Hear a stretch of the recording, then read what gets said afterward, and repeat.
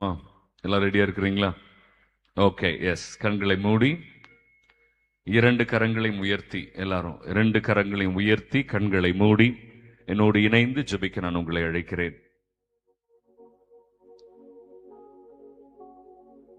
எங்களை அதிகமாய் அன்பு செய்து பேரிரக்கத்தினால் எங்களை மன்னித்து உம்முடைய வார்த்தையால் எங்களை கழுவி ஆவியினால் அபிஷேகம் செய்கிற அன்பு இறைவா,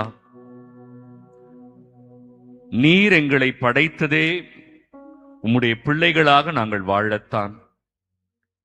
நீர் எங்களை படைத்தது இந்த உலகத்தில் நாங்கள் நீண்ட நாள் வாழ அல்ல, மாறாக இந்த உலக பயணத்தில் உம்மை அறிந்து எங்கள் ஆன்மாவை காத்துக்கொண்டு மற்றவர்களையும் உம்பால் அழைத்து வந்து இறுதி நாளிலே உம்மை முகமுகமாக தரிசிக்கிற அந்த அருளை நீர் தரவே ஆண்டவரே நீர் எங்களை அழைத்திருக்கிறீர். அப்பா, இதோ இங்கு வந்திருக்கிற ஒவ்வொரு மகனையும் மகளையும் வாலிப பிள்ளைகளையும் குழந்தைகளையும் ஆசீர்வதியும். ஆண்டவரே, உம்மை நோக்கி வந்தவர்களை நீர் வெறுங்கையராய் அனுப்பியதே இல்லை. ஆண்டவரே, நம்பிக்கையோடு வந்த மக்களை நீர் கண்ணோக்கி பார்க்கிற கடவுள். பாவத்தில் பிடிபட்ட பெண்ணை கூட நானும் உன்னை தீர்ப்பளிக்க மாட்டேன், ஆனால் இனி பாவம் செய்யாதே என்று சொல்லி அனுப்பினீரே. ஆண்டவரே, முடமுற்றவர்களை சுகமாக்கினீர். காது கேளாதவர்கள், கண் தெரியாதவர்களை ஆண்டவரே நீர் சுகம் செய்து எப்பத்தா திறந்திடு என்று சொன்னீங்களே. ஆண்டவரே, எங்கள் காதுகள் திறக்கட்டும் அப்பா, எங்கள் கண்கள் திறக்கப்படட்டும். ஆண்டவரே, எங்கள் இதயங்கள் திறக்கப்படட்டும். கல்லாலான இதயத்தை உடைய வார்த்தையாலே அடித்து நொறுக்கி அதை சதையாலான இதயமாக மாற்றித்தாரும். ஆண்டவரே, உம் வார்த்தை எங்களுக்கு விடுதலை தரும் என்கிற நம்பிக்கையில் நாங்கள் தொடர்ந்து இதோ இந்த தியான நாட்களிலே பங்கெடுத்து வந்திருக்கிறோம். இந்த இறுதி நாளான இன்றும் ஆண்டவரே, உம்முடைய உண்மையான பிள்ளைகளாக நாங்கள் மாற, உம்முடைய உண்மையான சீடர்களாக சீடத்திகளாக நாங்கள் மாற உம் அபிஷேகத்தினால் எங்களை வழி நடத்தும். எங்களை காத்துக்கொள்ளும், மீட்டருளும்.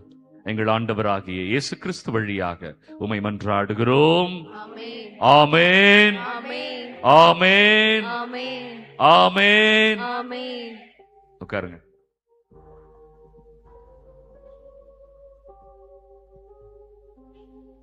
அன்பானவர்களே, நம்முடைய தாய் திருச்சபையை குறித்து ஒரு சில செய்திகளை சொல்லிவிட்டு இந்த நாள் நான் உங்களோடு பேசவிருக்கிற தலைப்பு நம்பிக்கை வாழ்வு.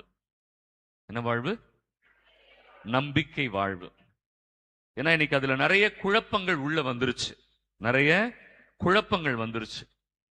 அதனால அந்த குழப்பத்திலிருந்து வெளியில வந்தாதான் நம்பிக்கை வாழ்வு அதிகரிக்கும். நம்பிக்கை வாழ்வு அதிகரித்தால் மட்டுமே இறைவனுடைய ஆசீர் கிடைக்கும். ஏன் அப்படிங்கறத நான் சொல்றேன். முதல்ல, திருச்சபை என்பது மிக மிக அத்தியாவசியமானது, முக்கியம். நான் உங்களுக்கு தெரியும், ஒரு இந்து குடும்பத்திலிருந்து வந்த ஒருத்தாள் இல்லையா. என் தந்தையினுடைய வழிகாட்டுதல், அப்புறம் என்னுடைய குருகுலத்தில் இருந்த மூத்த தந்தையர்களுடைய வழிகாட்டுதல், என்னுடைய நண்பர்களுடைய வழிகாட்டுதலின் அடிப்படையில் தான் இயேசுவை இன்னும் ஆழமாக நான் அறிந்து கொள்ள அது எனக்கு உதவியது. அப்ப நான் கத்துக்கிட்டது ஒன்னே ஒண்ணுதான். என்ன தெரியுமா? கத்தோலிக்க திருச்சபை மட்டும்தான் உண்மையான திருச்சபை. நல்லா கைத்தட்டுங்க. கத்தோலிக்க திருச்சபை மட்டும்தான் உண்மையான திருச்சபை.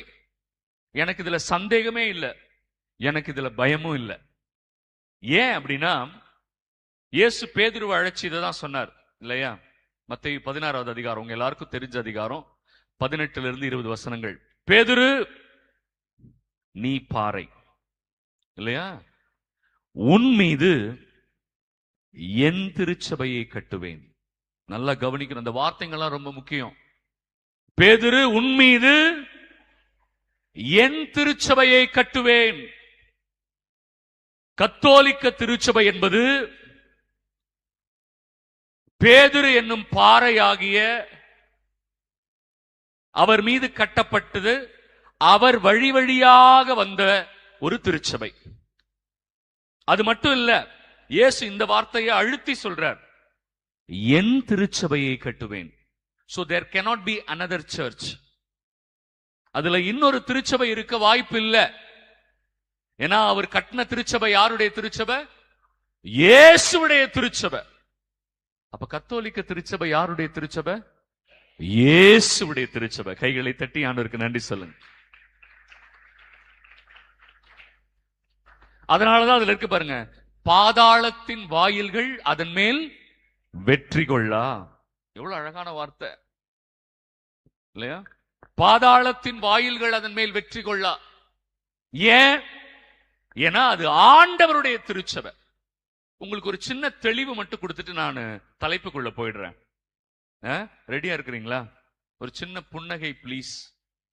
ஸ்மைல், எல்லா பல்லும் காட்டக்கூடாது, ஒரு சின்ன புன்னகை மட்டும்தான். சரி, புன்னகையோட கைகளை உயர்த்தி ஹல்லேலூயா சொல்லுங்க.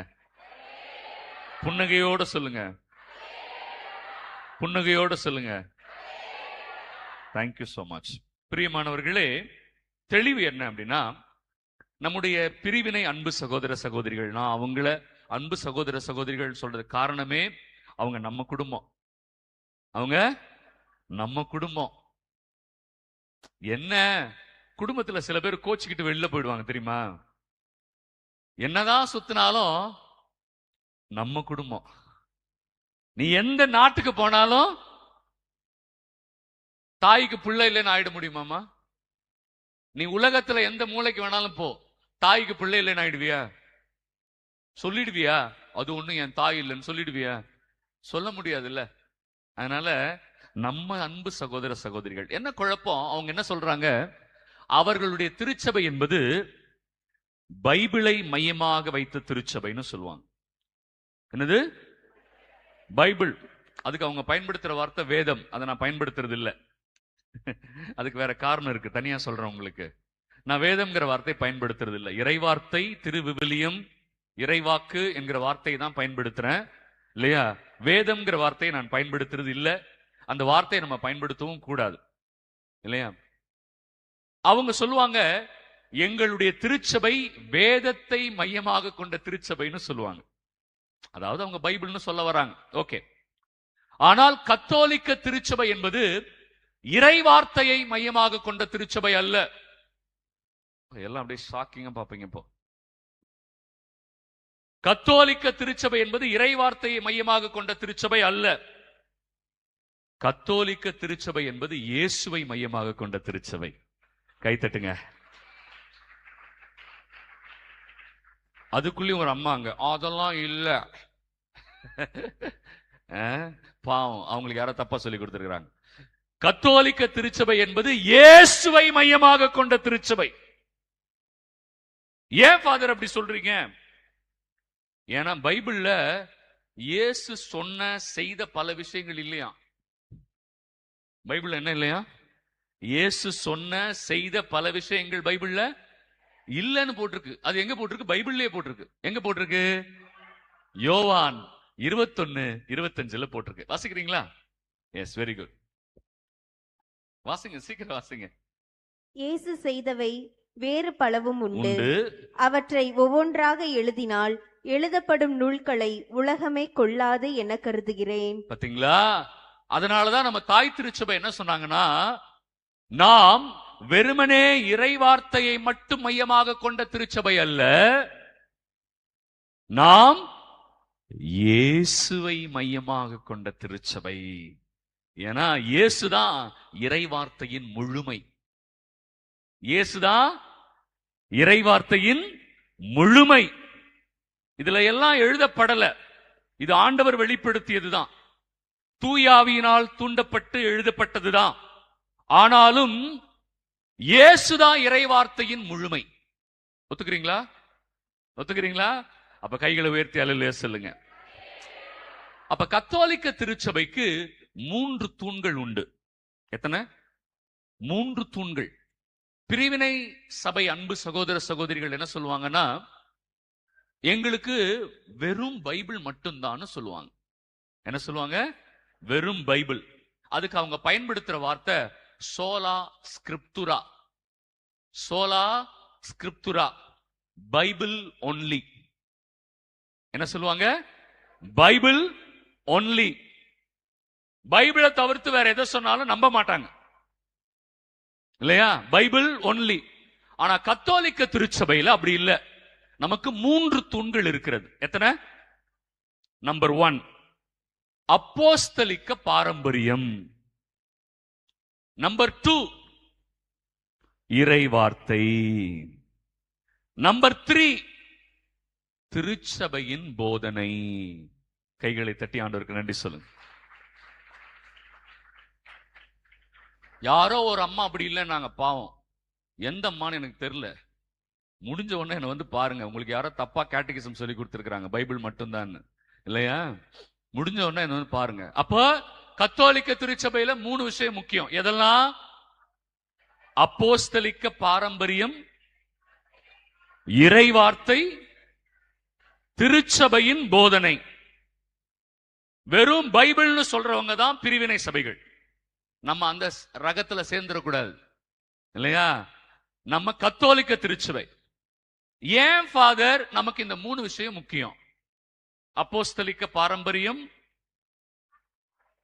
இறைவார்த்தை, திருச்சபையின் போதனை. ஏன் ஃபாதர் இது முக்கியம்? நான் சொல்லவா? இப்ப உங்களுக்கு நிறைய விஷயம், இதெல்லாம் ரொம்ப அடிப்படையான விஷயம். இதெல்லாம் தெரிஞ்சுக்காம இப்ப நான் போற தலைப்புக்குள்ள போனா புரியாது, குழம்பிரும். இது தெரியாததுனாலதான் சில பேர் சபையை விட்டு வெளியில போறாங்க. இது தெரிஞ்சுட்டா போக மாட்டாங்க. அதனாலதான் இதை நான் எல்லா இடத்துலயும் மக்களுக்கு சொல்லிக் கொடுக்கிறேன். தயவு செய்து இதை கத்துக்குவோம். பிரியமானவர்களே, இயேசு மரித்து உயிர்த்த பிறகு அப்போ வாழ்ந்து வந்த துவக்க கால கிறிஸ்தவர்கள் இருக்கிறாங்க இல்லையா? நம்ம அத ஆதி கிறிஸ்தவர்கள் சொல்றாங்க இல்லையா? துவக்க கால கிறிஸ்தவர்கள் அவங்க யாருமே பைபிளை கண்ணால பார்க்கல. அவங்க யாருமே பைபிளை கண்ணால பார்க்கல. அவங்க கிறிஸ்தவர்களா? அவங்க கிறிஸ்தவர்களா? ஆமாவா இல்லையா? ஆமா. ஆனா அவங்க பைபிள் பார்க்கலையே.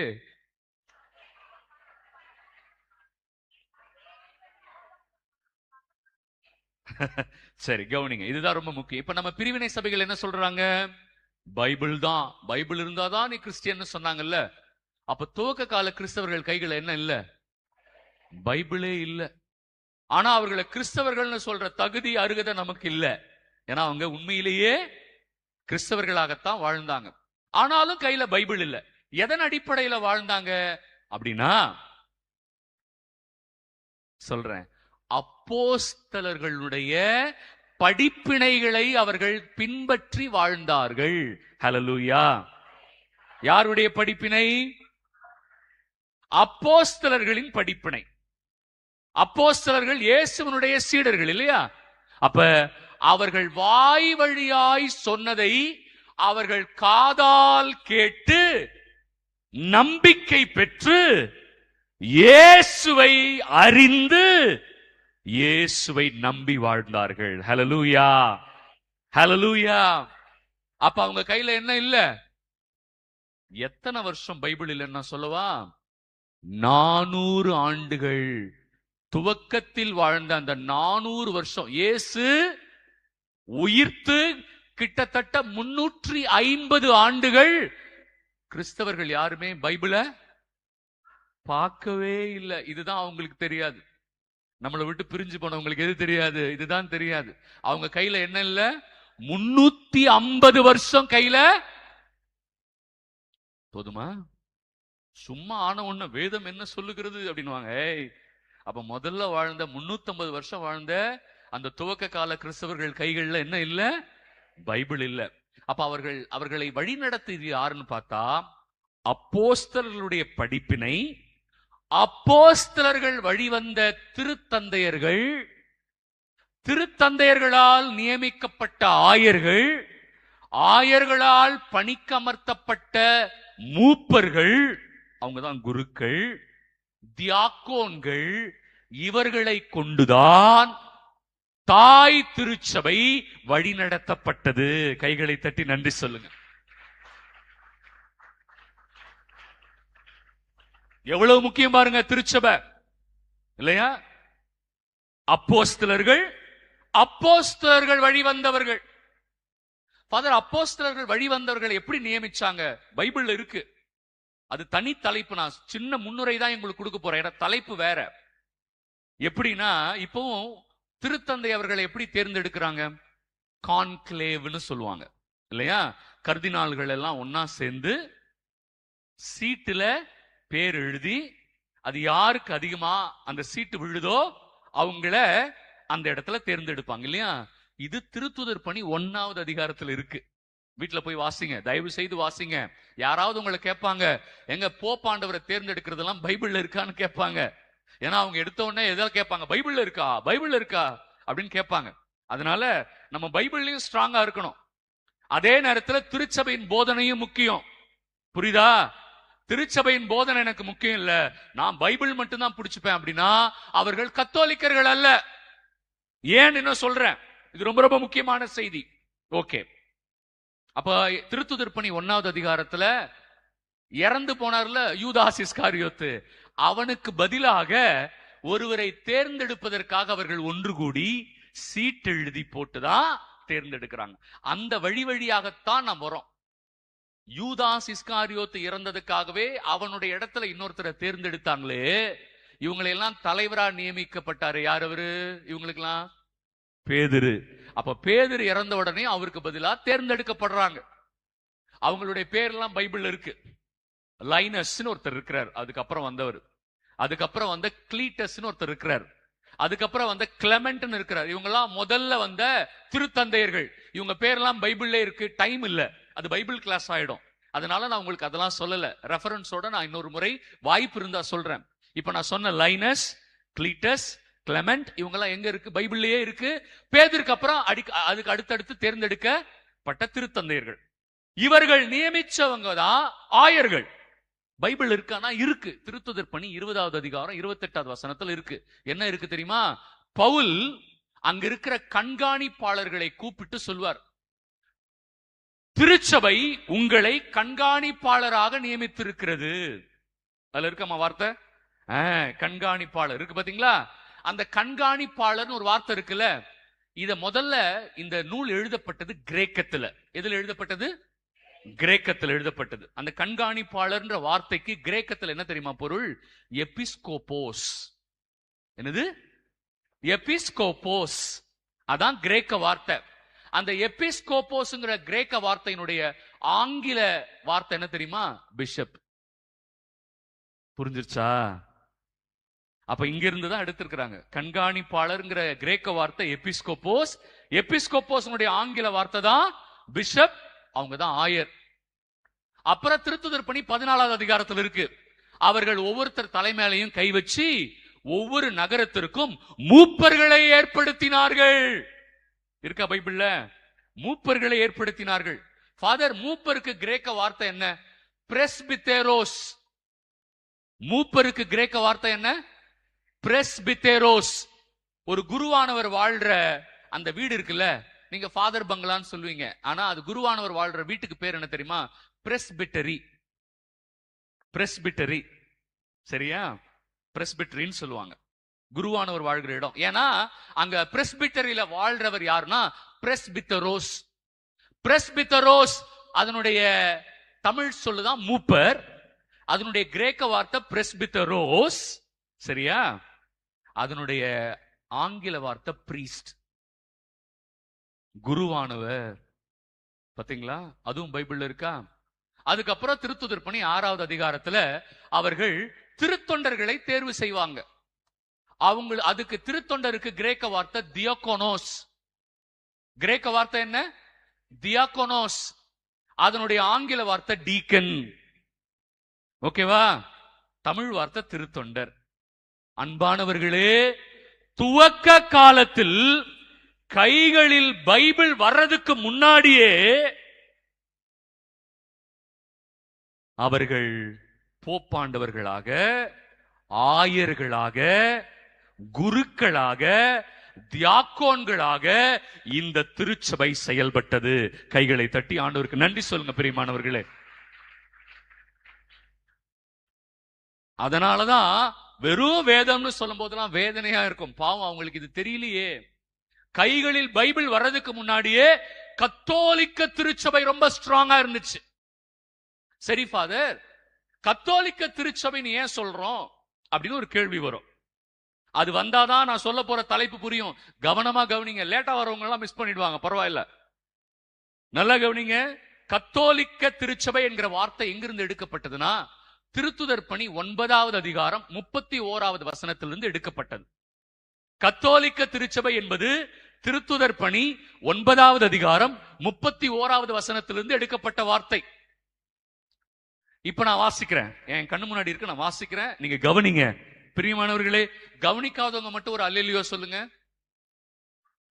எல்லாருமா கவனிக்கிறீங்க? இப்படி அநியாயத்துக்கு எல்லாரும் உஷாரா இருக்கிறாங்க ஃபாதர். ஒருத்தர் கூட ஏமாற மாட்டேங்கிறாங்க. பயங்கர உஷாரா இருக்கிறீங்கம்மா நீங்க. ட்ரைனிங் இல்ல, ஆல்பர்ட் ஃபாதர் ட்ரைனிங், அப்புறம் வந்து அமல்ராஜ் ஃபாதர் ட்ரைனிங், பயங்கர ட்ரைனிங் உங்களுக்கு. சரி, திருத்துதர் பணி 9வது அதிகாரம் 31வது வசனம். இப்ப நான் வாசிக்கிறேன் பாருங்களேன். யூதேயா, கலிலேயா, சமாரியா, இப்ப கவனிங்க, ஆகிய பகுதிகளில் எல்லாம் திருச்சபை வளர்ச்சியுற்று. இந்த இடம் இருக்குல்ல, இதை அண்டர்லைன் பண்ணிக்கோங்க. இந்த இடத்தை அண்டர்லைன் பண்ணிக்கோங்க. ஆகிய பகுதிகளில் எல்லாம் திருச்சபை இருக்குல்ல, அதை அண்டர்லைன் பண்ணிக்கோங்க. இப்ப கவனிங்க, இதெல்லாம் நீங்க அப்புறமா செக் பண்ணிக்கலாம், கூகுள்ல போய் செக் பண்ணிக்கலாம். இதோடைய கிரேக்க வெர்ஷன், கிரீக் வெர்ஷன், அதுல எப்படி தெரியுமா எழுதியிருக்கிறாங்க? இந்த ஆகிய பகுதிகளில் எல்லாம் திருச்சபை வளர்ச்சியுற்றதுன்னு எழுதியிருக்கிறாங்கல்ல, அந்த இடத்துல கிரேக்க வார்த்தை வந்து காத்தோலிகோஸ் எக்லேசியா. என்ன எழுதியிருக்கிறாங்க? காத்தோலிகோஸ் எக்லேசியா அப்படிங்கிற வார்த்தை தான் கிரேக்க வார்த்தை. தமிழாக்கத்துல இப்படி இருக்கு. அந்த காத்தோலிகோஸ் எக்லேசியா ஆகிய பகுதிகளில் எல்லாம் எல்லாருக்குமான திருச்சபையா வளர்ந்ததுனால அவங்க பயன்படுத்தின வார்த்தை காத்தோலிகோஸ். இதுல கிரேக்கத்துல, லத்தீன்ல காத்தோலிக்கா, லத்தீன்ல, இங்கிலீஷ்ல கேத்தலிக். கைகளை தட்டி நன்றி சொல்லுங்க. எக்லேசியா அப்படிங்கிற வார்த்தை தான் இங்கிலீஷ்ல சர்ச், தமிழ்ல திரு அவை. எக்லேசியாங்கிறது கிரேக்க வார்த்தை, ஓகே? அதுதான் இங்கிலீஷ்ல சர்ச், தமிழ்ல திரு அவை. அந்த கத்தோலிக்க திருச்சபைங்கிறது இந்த வசனத்திலிருந்து தான் எடுக்கப்பட்டது. எத்தனை பேருக்கு இது தெரியும்? கைத்தட்டி ஆண்டவருக்கு நன்றி சொல்லுங்க. எவ்வளவு பெரிய விஷயம் இல்லையா பிரியமானவர்களே? அதனாலதான் நம்ம தாய் திருச்சபைக்கு ஒரு பேர் இருக்கு, ஒரே தூய கத்தோலிக்க அப்போஸ்தலிக்க திருச்சபை. நம்ம தாய் திருச்சபையினுடைய பேர் என்ன? ஒரே தூய கத்தோலிக்க அப்போஸ்தலிக்க திருச்சபை. மறக்காதீங்க, மறக்காதீங்க. ஆர்சி ஆர்சின்னு வாங்க, அது செல்ல பேரு. ரோமன் சர்ச்சுங்கிறது செல்ல பேரு இல்லையா? ஏன்னா பெரிய ஒரு ரோமை பேரரசே கத்தோலிக்க திருச்சபை மதம் மாறினதுனால அந்த காலத்துல அப்படி ஒரு பேர் சொல்லி கூப்பிட்டாங்க.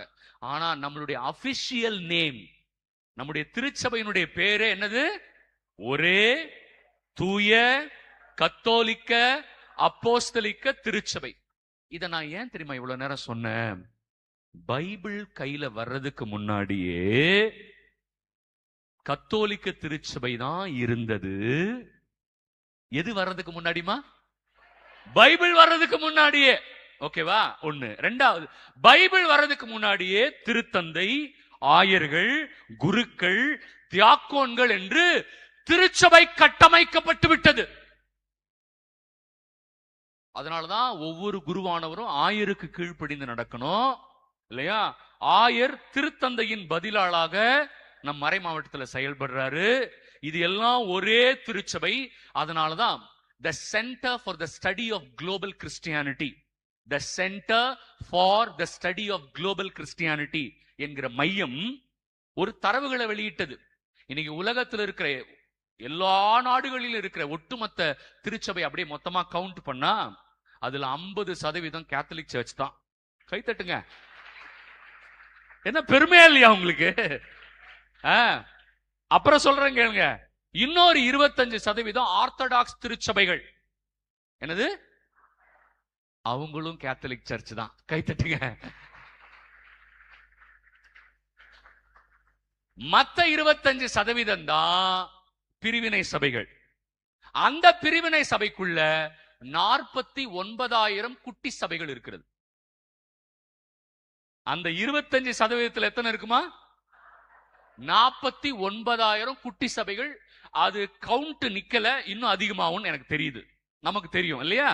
ஏன்னா தெருவுக்கு தெரு ஆரம்பிக்கிறாங்க. ஓகே, நமக்கு அதுக்குள்ள போக வேண்டாம். குறைந்தபட்சம் இப்ப உலகத்தில் இருக்கிற 75% என்ன திருச்சபை? கைத்தட்டி நன்றி சொல்லுங்க.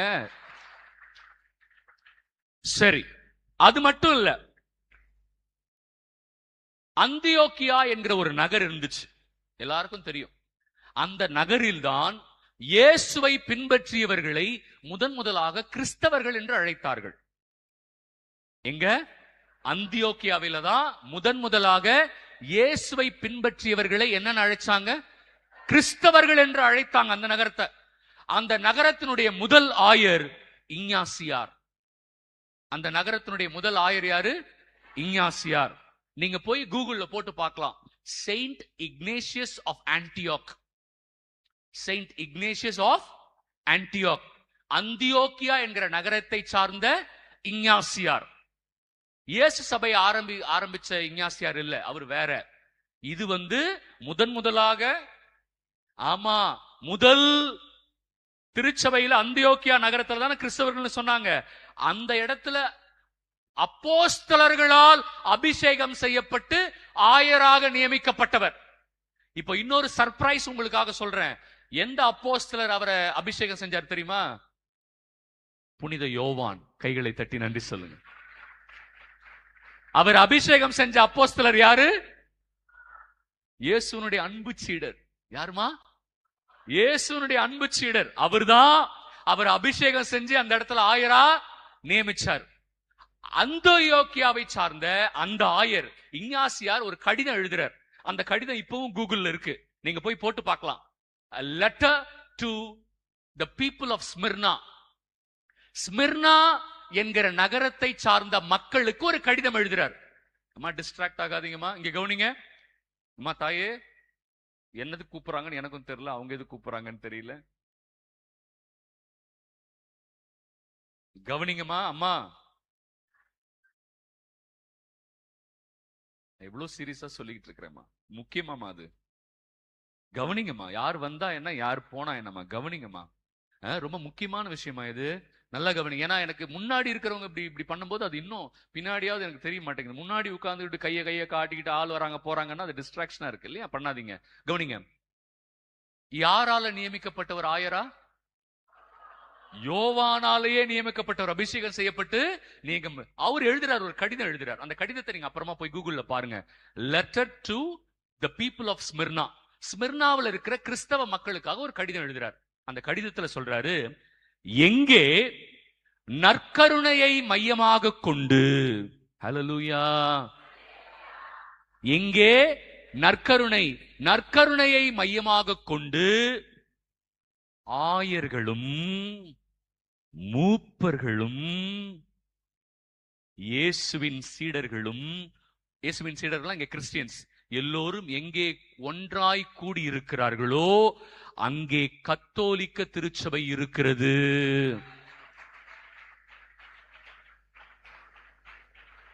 சொன்னது நம்ம ஊர் பாஸ்டர் இல்ல, சொன்னது நம்ம ஊர் பாஸ்டர் இல்ல.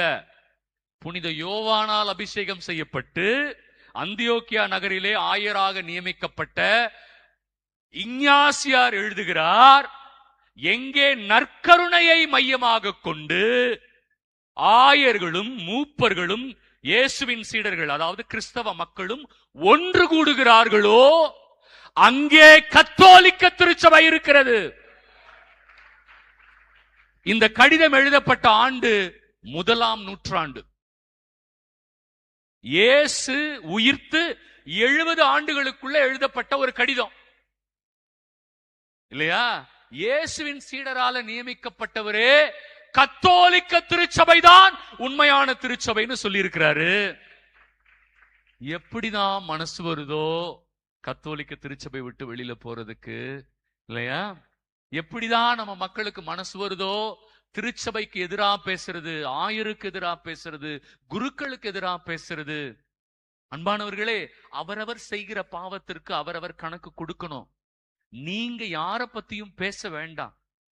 நீங்க யார பத்தியும் பேச வேண்டாம். உங்களுக்கு தெரியுமா, உங்களை விட குருக்கள் தான் அதிகமாக கணக்கு கொடுக்க வேண்டியவர்கள். யாக்கோபு 3:1 இருக்கு. யாக்கோபு 3:1 இருக்கு.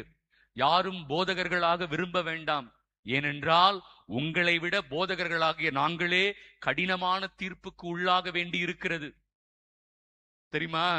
அதனால வாயை திறந்து யாரும் யாரை பத்தி பேசாதீங்க. திருச்சபையை பத்தி பேசாதீங்க. ஆயர்கள் குருக்களை பத்திலாம் பேசுற உரிமையோ தகுதியோ அருகதையோ நமக்கு இல்ல. ஏன்னா அவங்க பாவத்துக்கு அவங்க கணக்கு கொடுப்பாங்க. உங்களை விட எக்ஸ்ட்ரா கணக்கு கொடுக்க வேண்டியவங்க நாங்க. எங்களை பத்தி பேசி நீங்க எக்ஸ்ட்ரா வாங்கிக்காதீங்க, இல்லையா? சோ சிம்பிளா விட்டுருங்க. அவங்க உங்களுக்காக ஜெபம் பண்ணுங்க, போதும். ஓகே, இப்ப நான் ஏன் இதை சொல்றேன்? பைபிள் தோன்றுவதற்கு முன்பதாகவே கத்தோலிக்க திருச்சபை என்கிற கட்டமைப்பை இயேசுவின் வழிவந்த அப்போஸ்தலர்கள் நியமித்தார்கள், இல்லையா? ஆகவே இறை வார்த்தை என்பது அப்போஸ்தலிக்க பாரம்பரியத்திலிருந்து வந்ததுதான் இறை வார்த்தை. அதனாலதான் நான் முதல்ல எது முக்கியம்னு சொன்னேன்? அப்போஸ்தலிக்க பாரம்பரியம் முதல்ல முக்கியம்னு சொன்னேன். அவங்க தான் நமக்கு என்ன கொடுத்தாங்க? பைபிளை கொடுத்தாங்க. அதனாலதான் 2வது பைபிள் முக்கியம்னு சொன்னேன். 3வது, இந்த பைபிளை எல்லாரும் இஷ்டம் போல போதிக்க கூடாது. இப்பெல்லாம் தடி எடுத்தவன் எல்லாம் தண்டல்காரன் ஆகிவிட்டான். கரெக்டுங்களாமா? அப்படி பைபிளை தூக்கி அக்குள்ள சொருவிட்டா அவர் பாஸ்டர் ஆயிடுறாரு. இதுல நம்ம ஆளுங்க வேற, பைபிள் அப்படி கையில எடுத்துட்டா போதகர் ஆயிடுறாரு. அவங்க நினைச்சுக்கிறாங்க நம்ம போதகர் ஆயிடலான்னு, இல்லையா? அன்பானவர்களே, லே மினிஸ்டரா நீங்க இருந்தா கூட கத்தோலிக்க திருச்சபையின் வழி நடத்துதலின்படிதான் செயல்படணுமே ஒழிய தனியாலாம் செயல்பட்டா அது திருச்சபைக்கு எதிரானது. ஃபாதர், நான் ஃபாதரை விட சூப்பரா பிரசங்கம் வைப்பேன், வச்சுக்கோ. ஆனா திருச்சபை அங்கீகரிக்காது. திருச்சபை அங்கீகரிக்கலனா நீங்க இயேசுவின் திருச்சபைக்கு எதிரானவர்களாக மாறிடுவீங்க. எல்லாரும் பைபிளை பிரசங்கம் பண்ணக்கூடாது. எங்க இருக்கு? 2 பேதுரு 1வது அதிகாரம் 20வது வசனத்துல இருக்கு. வாசிங்க. 2 பேதுரு 1வது அதிகாரம் 20வது வசனம். ஆனால் மறைநூலில் உள்ள எந்த இறைவாக்கும் எவரது சொந்த விளக்கத்திற்கும் உட்பட்டது அல்ல என்பதை நீங்கள் முதலில் அறிய வேண்டும். தெரிஞ்சுக்கிட்டீங்களா? முதல்ல எதை தெரிஞ்சுக்கோங்க? பைபிள்ல இருக்கிற எந்த வசனமோ எவரது சொந்த விளக்கத்திற்கும் உட்பட்டதல்ல. யாரும் இஷ்டம் போலலாம் போதிக்க கூடாது. குருவானவரே அதை செய்ய முடியாது. குருவானவரே அவர் போதிக்கிறது திருச்சபையின் போதனைகளோடு ஒத்து போனோம். குருவானவர் போதிக்கிறது பைபிளோட ஒத்து போனோம். குருவானவர் போதிக்கிறது திருச்சபைக்கு எதிராகவும் பைபிளுக்கு எதிராகவும் இருந்தா அது மகா பாவம். அது மகா பாவம். தயவு செய்து அந்த தைரியத்தெல்லாம் எடுத்துக்க கூடாது யாரும். அதனாலதான் ஒவ்வொரு முறையும் நற்செய்தி நான் போதிக்கும் போது மிகுந்த இறை அச்சத்தோடு தான் அதை பேசுவேன். ஏன்னா ஒரு இடத்துல கூட நம் சொந்த கற்பனையை கலந்துடக்கூடாது, நம் சொந்த விருப்பு வெறுப்புகளை கலந்துடக்கூடாது அப்படிங்கறதுல கவனமா இருக்கிறதுனாலதான் வெறும் இறை வார்த்தை. ஆயா வடை சுட்ட கதையெல்லாம் நான் சொல்றதே இல்லை, இல்லையா? வாட்ஸ்அப் கதையெல்லாம் நான் சொல்றதே இல்லை. ஒண்ணு நடந்த சம்பவமா இருக்கும், இல்ல இறை வார்த்தையா இருக்கும், இல்ல திருச்சபையினுடைய போதனையா இருக்கும். ஏன் ஆயா வடை சுட்ட கதையை சொல்றது இல்ல? ஏன்னா அந்த கதை என்னை விட உங்களுக்கு பெட்டரா தெரியும், இல்லையாமா? என்னை விட சூப்பர் சூப்பர் கதையெல்லாம் உங்களுக்கு தெரியும். ஆனா பைபிளை போதிக்கும் பொழுது அது திருச்சபையின் போதனைகளுக்கு ஒத்து போனதாக இருக்கணும், இறை வார்த்தைக்கு ஒத்து போனதா இருக்கணும், அப்போஸ்தலிக்க பாரம்பரியத்துக்கு ஒத்து போனதா இருக்கணும். இந்த 3க்கும் அகைன்ஸ்டா யாரு பேசினாலும் தப்பு. அருள்மணி ஃபேதர் பேசினாலும் தப்புதான். புரியுதுங்களா? அதனாலதான் 2000 வருஷம் கத்தோலிக்க திருச்சபை இன்னும் கம்பீரமாக நடைபோட்டுக் கொண்டிருக்கிறது. நம்ம கத்தோலிக்க மக்களுடைய மக்கள் தொகை தெரியுமா? உலகத்துள்ள 1.5 பில்லியன். 1.5 பில்லியன். எவ்வளவு சோதனை, எவ்வளவு போராட்டம், எவ்வளவு பிரிவினை வந்துச்சு. ஆனாலும் கத்தோலிக்க திருச்சபை மட்டும் வீறு நடைபோடுகிறது. ஏன்? ஏன்னா இது இயேசுவை மையமாக கொண்ட திருச்சபை. புரியுதுங்களா? we are Christ centered church. அது அடிக்கடி நான் சொல்ல பெருமைப்படுறேன். நான் கத்தோலிக்க திருச்சபை என்று சொல்வதிலே எனக்கு ஒரு பெரிய பெருமை. புரியுதுங்களா? தயவு செய்து இதை மறந்துடாதீங்க. அப்புறம் நான் ஏன் இதை சொல்றேன்? அப்ப பைபிளை இஷ்டம் போல சொல்லக்கூடாது. அடுத்தது, பைபிள்ல இருக்கிற வசனங்களை மாத்தியும் சொல்லக்கூடாது. கலாத்தியர் 1:8 எடுங்க. கலாத்தியர் 1:8. நான் இப்படி போதிச்சா ஜனங்களுக்கு பிடிக்கும்ன்றதுக்காக நான் மாத்தக்கூடாது. உங்களுக்கு பிடிச்சாலும் பரவாயில்ல, பிடிக்கலனாலும் பரவாயில்ல, ஆண்டவர் சொல்றதுதான் சொல்லணும். நான் மாத்தியெல்லாம் சொல்ல முடியாது. கத்தோலிக்க திருச்சபை என்ன சொல்லுதோ அதை தான் நான் சொல்லணும். நான் மாத்தியெல்லாம் சொல்ல முடியாது. அந்த உரிமையும் அந்த அதிகாரமும் எனக்கு கொடுக்கப்படல. ஏன்னா இது இயேசு கொடுத்த அதிகாரம். கலாத்தியர் 1:8 வாசிங்க. நாங்கள் உங்களுக்கு அறிவித்த நற்செய்தி நின்று மாறுபட்ட ஒன்றை நாங்களோ விண்ணிலிருந்து வந்த தேவ தூதரோ யார் அறிவித்தாலும், யாரு தப்பா அறிவித்தாலும் அவர்கள் சபிக்கப்படுக. பயமா இருக்கு அந்த வசனத்தை கேட்கும் போது, பயமா இருக்குல்ல? யாராவது இந்த உள்டாவா இல்ல இது இப்படிதான் இருக்கும், அது அப்படிதான் இருக்கும் மாத்திலாம் பேசக்கூடாது. நாம் பேசுறது திருச்சபையின் சட்டத்திட்டத்திலிருந்து வரணும். நாம் பேசுறது பைபிளுக்கு ஒத்து போனோம். நாம் பேசுறது அப்போஸ்தலிக்க பாரம்பரியத்துக்கு ஒத்து போனோம். இந்த 3 விஷயத்தோட ஒத்து போகாத போதனை இயேசுவுக்கு எதிரான போதனை. புரியுதா? நீங்க நிறைய பேர் கிளம்பிட்டாங்க கேத்தலிக் சர்ச்சுக்குள்ளேயே இல்லையா? திருச்சபைக்கு எதிராகவே பேசுறாங்க. திருச்சபைக்கு எதிராக பேச நமக்கு எந்த உரிமையும் தகுதியும் இல்ல. பிரியமானவர்கள், அதை ஞாபகம் வச்சுக்கோங்க. சரி, அப்ப இந்த இறை வார்த்தைக்குள்ளதான் இப்ப நம்ம போறோம். அப்ப சரியா புரிஞ்சுக்கணும் இல்லையா? நம்ம திருச்சபை என்ன சொல்லி கொடுக்கறாங்க, பைபிள் என்ன நமக்கு சொல்லி கொடுக்கறாங்க அப்படின்றத நம்ம பார்க்கணும். அன்பானவர்களே, இந்த பைபிள் நீங்க கையில வச்சிருக்கிறீங்களா, இது ஒரு மொத்தமா பைபிளா தொகுக்கப்பட்ட ஆண்டு 382. கிபி 382. அப்பதான் திருத்தந்தை டமாசுஸ் என்கிற போப்பாண்டவர் முதலாக பழைய ஏற்பாடு 46, புதிய ஏற்பாடு 27 என்று அறிவித்தார். கைகளை தட்டி நன்றி சொல்லுங்க. இதுதான் உங்க கைத்தட்டலா? பழைய ஏற்பாடு என்ன எத்தனமா? 46. புதிய ஏற்பாடு. இப்ப நம்ம பிரிவினை அன்பு சகோதர சகோதரிகள் பழைய ஏற்பாடு 46ங்கிறத ஏத்துக்காம 39 வச்சுப்பாங்க. அவங்க புதிய ஏற்பாடுல 27 நம்ம சொன்னதை ஏத்துக்குவாங்க. அவங்க கிட்ட நான் என்ன அன்பா கேட்கிறேன் அப்படின்னா, எங்க 27ன்னு சொன்னதும் நாங்க தாங்க. புதிய ஏற்பாடுல 27 தான் இருக்கணும்னு சொன்னது யாருங்க? நாங்க தான். ஏன்னா அந்த காலத்துல பர்னபாஸ் எழுதிய நற்செய்தின்னு ஒண்ணு இருந்துச்சு, தோமையார் எழுதிய நற்செய்தின்னு ஒண்ணு இருந்துச்சு, பேதுரு எழுதிய நற்செய்தின்னு ஒண்ணு இருந்துச்சு, யூதாஸ் எழுதிய நற்செய்தின்னு ஒண்ணு இருந்துச்சு. இதெல்லாம் பைபிள்ல சேர்க்க கூடாதுன்னு முடிவு பண்ணது யார் தெரியுமா? கத்தோலிக்க திருச்சபை. இதெல்லாம் முடிவு பண்ணது யாரு? புதிய ஏற்பாடுல 27 தான் இருக்கும், பழைய ஏற்பாடு 46 தான் அப்படின்னு முடிவு பண்ண ஆண்டு எந்த வருஷம்? 382, 4ஆம் நூற்றாண்டு.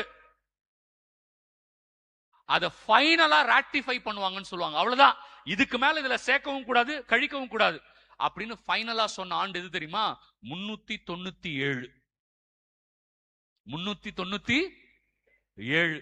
அதுக்கப்புறம் பைபிள்ல சேர்க்கவும் கூடாது நீக்கவும் கூடாதுன்னு முடிவு பண்ணிட்டாங்க. ஓகே, இதுதான் பைபிள் அப்படின்னு இந்த உலகத்திற்கு கொடுத்தது கத்தோலிக்க திருச்சபை. பெருமையா கை தட்டுங்க. பெருமையா இல்லையே?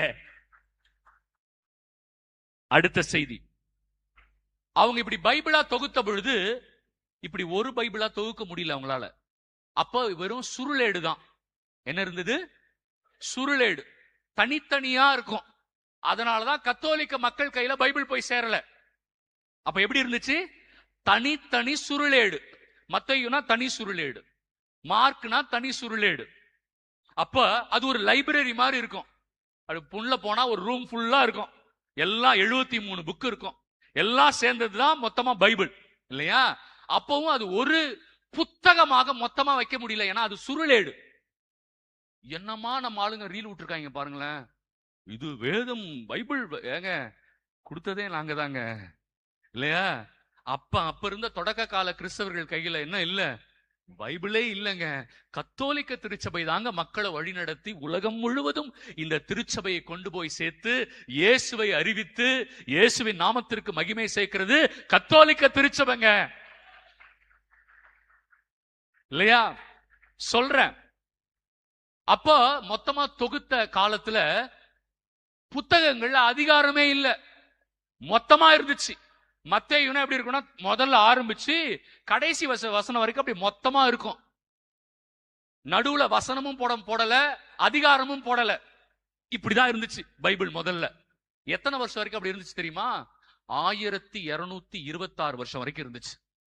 1226 வருஷம் வரைக்கும் பைபிள் என்ன இல்ல? அதிகாரமும் இல்ல, வசனமும் இல்ல. பாத்தீங்களா? நம்ம ஆளுங்க என்னமா நமக்கு ரீல் விட்டுருக்காங்கன்னு இல்லையா? நம்மளும் ரீல் எல்லாம் நம்பி ஏமாந்துட்டோம் தானே. 1226 வருஷம் வரைக்கும் பைபிள் என்ன இல்ல? அதிகாரமும் இல்ல. இப்ப சொல்றாங்க நம்ம அன்பு சகோதர சகோதரிகள், அதிகாரம் வசனம். அந்த அதிகாரத்தை முதலாக பைபிளுக்குள் கொண்டு வந்தது ஒரு கத்தோலிக்க ஆயர் ஸ்டீஃபன் லாங்டன். என்னங்க கைத்தட்ட மாட்டீங்க? அவருக்கு நம்ம நன்றி சொல்லணும்லங்க. ஒரு ஆயர் எவ்வளவு அழகான வேலையை செஞ்சிருக்கிறாரு. 1226 ஆண்டு தான் ஸ்டீஃபன் லாங்டன் என்கிற இல்லையா? நம்ம ஸ்டீஃபன் அண்ணா உடனே சந்தோஷமாயிட்டார். என் பேரு வெரி குட் அப்படின்னு சந்தோஷமாயிட்டார். ஸ்டீஃபன் லாங்டன் என்கிற ஆயர் தான் முதலாக இறை வார்த்தைக்குள்ள என்ன கொண்டு வந்தாரு? அதிகாரம். இது 1வது அதிகாரம் 2. ஆனா அவர் என்ன பண்ணல தெரியுமா? அவரும் வசனத்தை போடல, வசனத்துக்கு நம்பர் கொடுக்கல. அவர் அதிகாரத்துக்கு நம்பர் கொடுத்தாரு. ஆனா எதுக்கு நம்பர் கொடுக்கல? வசனத்துக்கு நம்பர் எப்போ வந்துச்சு தெரியுமா? அது 1551 ஆண்டு. எப்ப? 1551, 16ஆம் நூற்றாண்டு. 16ஆம் நூற்றாண்டு, ஒரு 500 வருஷத்துக்கு முன்னாடிதான் பைபிளுக்குள்ள என்ன வந்துச்சு? வசனத்தினுடைய நம்பரே வந்துச்சு. அதை கொண்டு வந்தவர் யார் தெரியுமா? அவரும் ஒரு கத்தோலிக்கர். அவர் பேரு ராபர்ட். கைகளை தட்டி நன்றி சொல்லுங்க. ரொபர்டூஸ் சொல்லுவாங்க அவரை, ராபர்ட். அவர் தான் பைபிளுக்குள்ள என்னத்தை கொண்டு வந்தாரு? அவரும் யாரு? கத்தோலிக்கர். ஏங்க பைபிள் கொடுத்தது நம்ம, 46:27 சொன்னதும் நம்ம இல்லையா? அதிகாரத்தை கொண்டு வந்ததும் நம்ம, வசனத்தை கொண்டு வந்ததும் நம்ம, அதை படிக்காததும் நம்ம தான். பைபிளை படிக்காததும் நம்ம தான் இல்லையா? இதெல்லாம் நம்ம செஞ்சிட்டோம். ஆனா என்ன பண்ண மறந்துட்டோம்? பைபிளை படிக்க மறந்துட்டோம். அங்கதான் நம்ம அன்பு பிரிவினை சகோதர சகோதரிகள் கொஞ்சம் அட்வான்டேஜ் எடுத்துட்டாங்க இல்லையா? அப்புறம் தான் நமக்கு தோணுச்சு, அட பாவமே, இதெல்லாம் நம்ம கொடுத்தது, நம்மளே படிக்காதனால நம்மளை ஏமாத்திட்டாங்களே அப்படின்னு நம்ம அப்புறம் தான் படிக்க ஆரம்பிச்சோம். இது ஏன் நான் உங்களுக்கு சொல்றேன்? உங்களுக்கு தெரியணும், ரொம்ப தெளிவான புரிதல் வேணும். அப்ப இறை வார்த்தை கத்தோலிக்க திருச்சபை கொடுத்த பொழுது கிட்டத்தட்ட 1600 ஆண்டுகள் இந்த உலகத்தில் வேறு சபையே இல்லை கத்தோலிக்க திருச்சபை தவிர.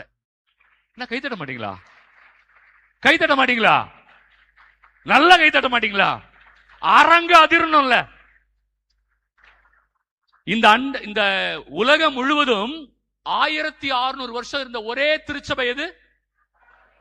எத்தனை வருஷம்? 1600 வருஷம். போதுமா? இப்போ சிம்பிளா கேள்வி கேட்போம், முதல்ல வந்தது ஒரிஜினலா, பின்னாடி வந்தது ஒரிஜினலா? எளிமையான கேள்விதான் இல்லையா? முதல்ல வந்தது ஒரிஜினலா, பின்னாடி வந்தது ஒரிஜினலா? அதை நான் உங்ககிட்ட விடுறேன். இந்த திருச்சபையை குறித்து ஒரு வசனம் இருக்கு, அதை சொல்லிட்டு தான் நான் உள்ள போறேன். கத்தோலிக்க திருச்சபையை குறித்து ஒரு வசனம் இருக்கு இல்லையா?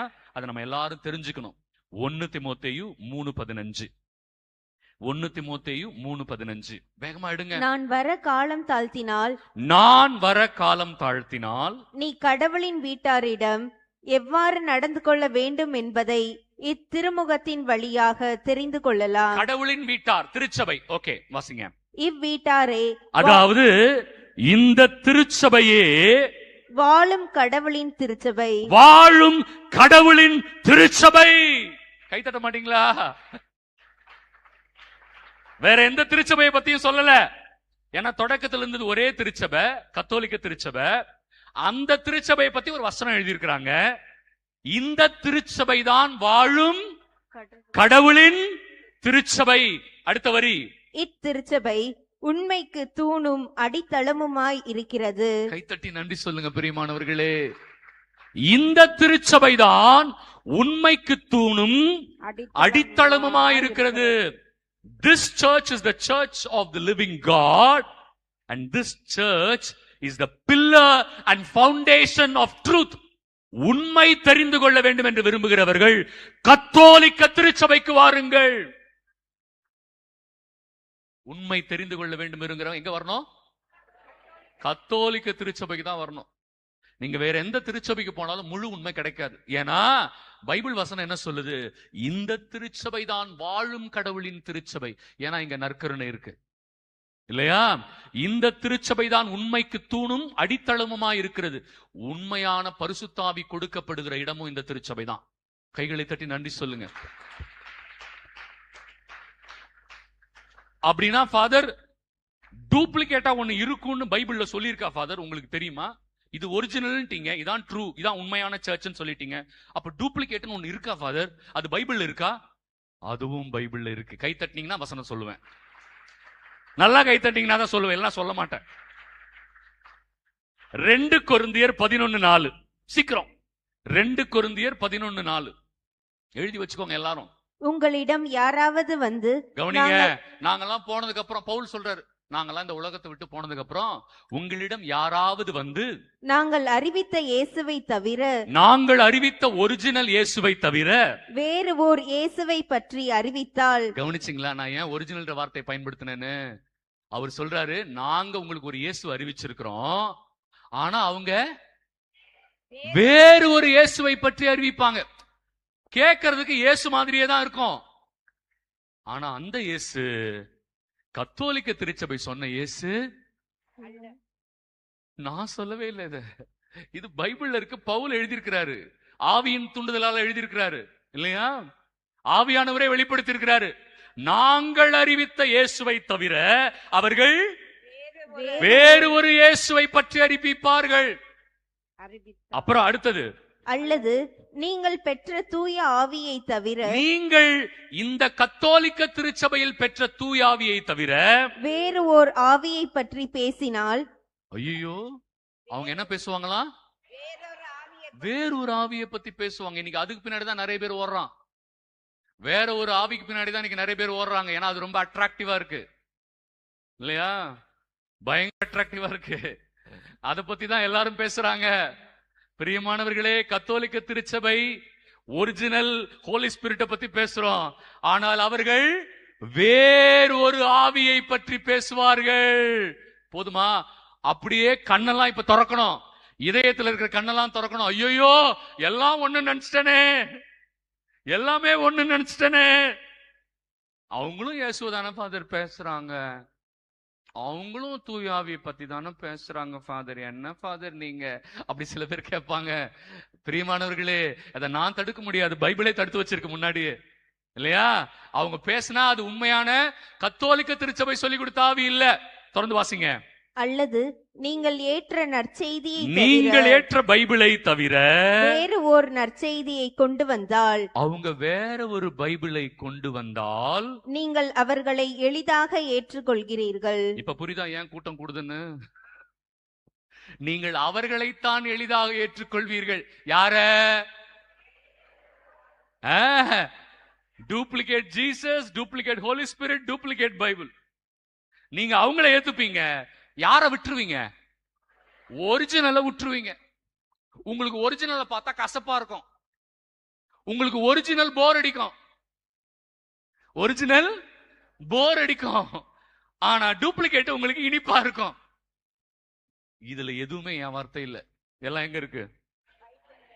2 கொரிந்தியர் 11:4. பிரியமானவர்களே, ஆகவே மிகுந்த நம்பிக்கையோடு கத்தோலிக்க திருச்சபையின் மீது இருக்கிற மிகுந்த பேரார்வத்தோடு நான் இப்ப சொல்ல போற செய்தி நம்பிக்கை வாழ்வு. கைகளை தட்டி ஆண்டவருக்கு நன்றி சொல்லுங்க. நம்ம தலைப்புக்குள்ள போலாம். ஃபாதர் பாக்குறாரு, அட பாவி, உன்னை 11 மணிக்கு பேச சொன்னா இப்பதான் நீ தலைப்புக்குள்ளேயே போறியா? 12:30 மணிக்கு என் மக்களை நான் லஞ்சுக்கு விடணும். அவர் அப்படியே பயங்கர கணக்குல உட்கார்ந்து இருக்கிறாரு. ஏன் இந்த படுபாவி இப்பதான் டாபிக்குள்ளேயே போறான்? ஏன்னா இது ரொம்ப முக்கியங்க. ஒரு வீடு கட்டும் போது அடித்தளம் ஸ்ட்ராங்கா இருக்கணுங்க. அடித்தளம் ஸ்ட்ராங்கா இருந்தாதான் வீட கடகடன்னு கட்டிடலாம்.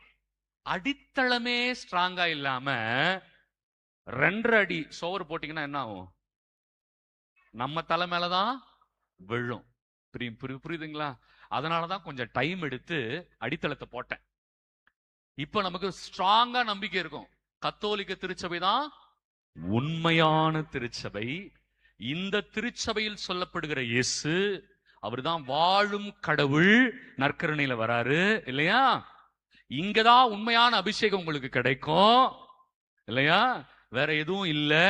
அதுக்கப்புறம் நான் ஒண்ணு சொன்னேன், உண்மை வேணும்ன்றவங்க இங்கதான் வரணும். வேற எங்க போனாலும் உண்மை கிடைக்காது. வேற எங்க போனாலும் உண்மை. அதர் அவங்க பைபிள் வசனம் எல்லாம் பேசுவாங்களே, ஆமா பைபிள் வசனம் எல்லாம் பேசதான் செய்வாங்க. அப்ப பைபிள் வசனம் பேசினாலே அது உண்மை இல்லையா? உண்மை இல்லைன்னு இயேசுவே சொல்றாரு. அவங்க பைபிள் வசனமே பேசினாலும் அவங்க உண்மை இல்லைன்னு இயேசுவே சொல்றாரு. என்ன ஃபாதர் சொல்றீங்க? அதுவும் பைபிள் இருக்கா? இருக்கு. மத்தேயு 7:21 இருக்கு. எடுங்க, சீக்கிரம் எடுங்க. மத்தேயு 7:21 எடுங்க. என்னை நோக்கி ஆண்டவரே ஆண்டவரே என சொல்பவர் எல்லாம் விண்ணரசுக்கு செல்வதில்லை. கவனிச்சிங்களா? கவனிக்காதவங்க எல்லாம் ஒரு அல்லேலூயா சொல்லுங்க. ஃபாதர் இப்ப 2 பேர் மாட்டிக்கிட்டாங்க ஃபாதர். இப்படி தூக்கிட்டு ஒருத்தர் போட்டாரு ஃபாதர், நான் பார்த்துட்டேன் ஃபாதர். ஒரு அம்மா என்ன பண்ணுச்சு, இப்படி தூக்கிட்டு தலை சொரிஞ்சிச்சு ஃபாதர். 2 பேர் மாட்டிக்கிட்டாங்க. ஆனா உஷாராதான் இருக்கிறாங்க. ஆனா கொஞ்சம் எஸ்கேப் ஆயிட்டாங்க. யாருன்னு சொல்ல மாட்டேன், நான் பார்த்துட்டேன் இல்லையா? தூக்கிட்டு ஒருத்தர் கீழே போட்டாரு, ஒரு அம்மா அப்படி கையை தூக்கிட்டு டக்குனு தலைய சரி பண்றாங்களாமா அவங்க இல்லையா? பிரியமானவர்களே, இயேசு பாருங்க எவ்வளவு கண்டிப்போட பேசுறாரு. ஆண்டவரே ஆண்டவரே என்ன சொல்பவர் எல்லாம் விண்ணரசுக்குள் செல்வதில்லை சொல்றது இயேசுங்க. அப்ப முங்கி ஞானஸ்நானம் வாங்கிட்டாவே ரட்சிக்கப்பட்டுட்டேன்றாங்க இல்லையா? முங்கி ஞானஸ்நானம் வாங்கிட்டாலே நாங்க ரட்சிக்கப்பட்டுட்டேன்றாங்க. நீங்கள் ரட்சிக்கப்பட்டு விட்டீர்களான்னு கேக்குறாங்க நம்மள. நம்ம ஆளுங்கெல்லாம் அப்படியே மிரள்றாங்க. அப்படியா? அப்படின்னா என்னன்னே எங்க ஃபாதருங்களுக்கு எல்லாம் தெரியாது. எங்க ஃபாதருங்கெல்லாம் வேஸ்ட், எங்க ஃபாதருங்கெல்லாம் சுத்த மக்குங்க, அவங்களுக்கு ஒண்ணுமே தெரியாது இல்லையா? நீங்க ரட்சிக்கப்பட்டு விட்டீர்களா? அவன் என்ன கேட்கிறானா, நீ முங்கி ஞானஸ்நானம் வாங்கினியா, தலையில தெளிச்சு ஞானஸ்நானம் வாங்கினியா? முங்குனாவே ரட்சிக்கப்பட்டுட்டேன்னு நினைக்கிறாங்க. அந்த மாதிரி ஆளுங்களுக்காக இயேசு சொல்றாரு, டேய் முங்குனாலும் ஞானஸ்நானம் இல்ல, தெளிச்சாலும் ஞானஸ்நானம் இல்ல, கத்தோலிக்க திருச்சபையில வாங்கினாதான் ஞானஸ்நானம்.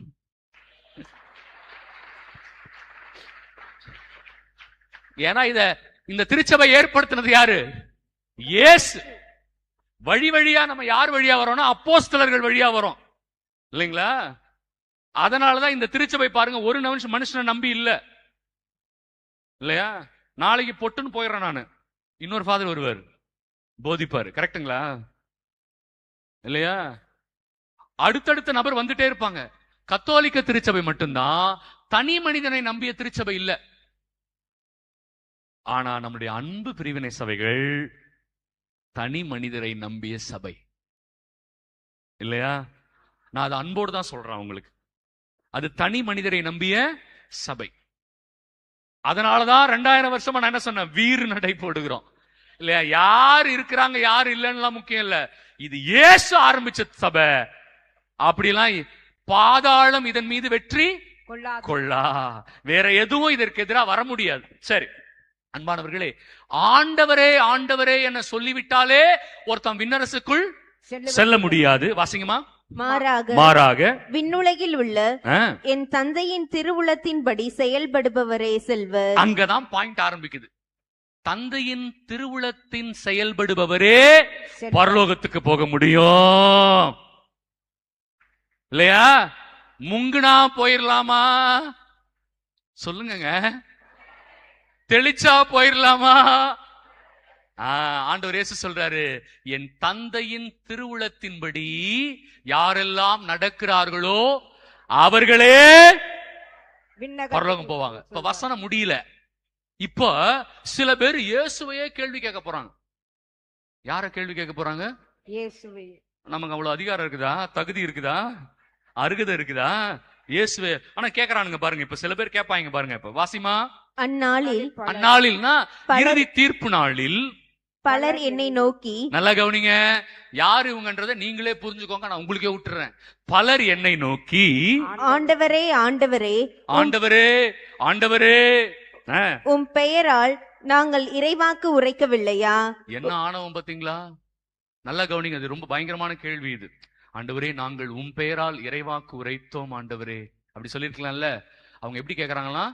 உம் பெயரால் நாங்கள் இறைவாக்கு உரைக்கவில்லையா?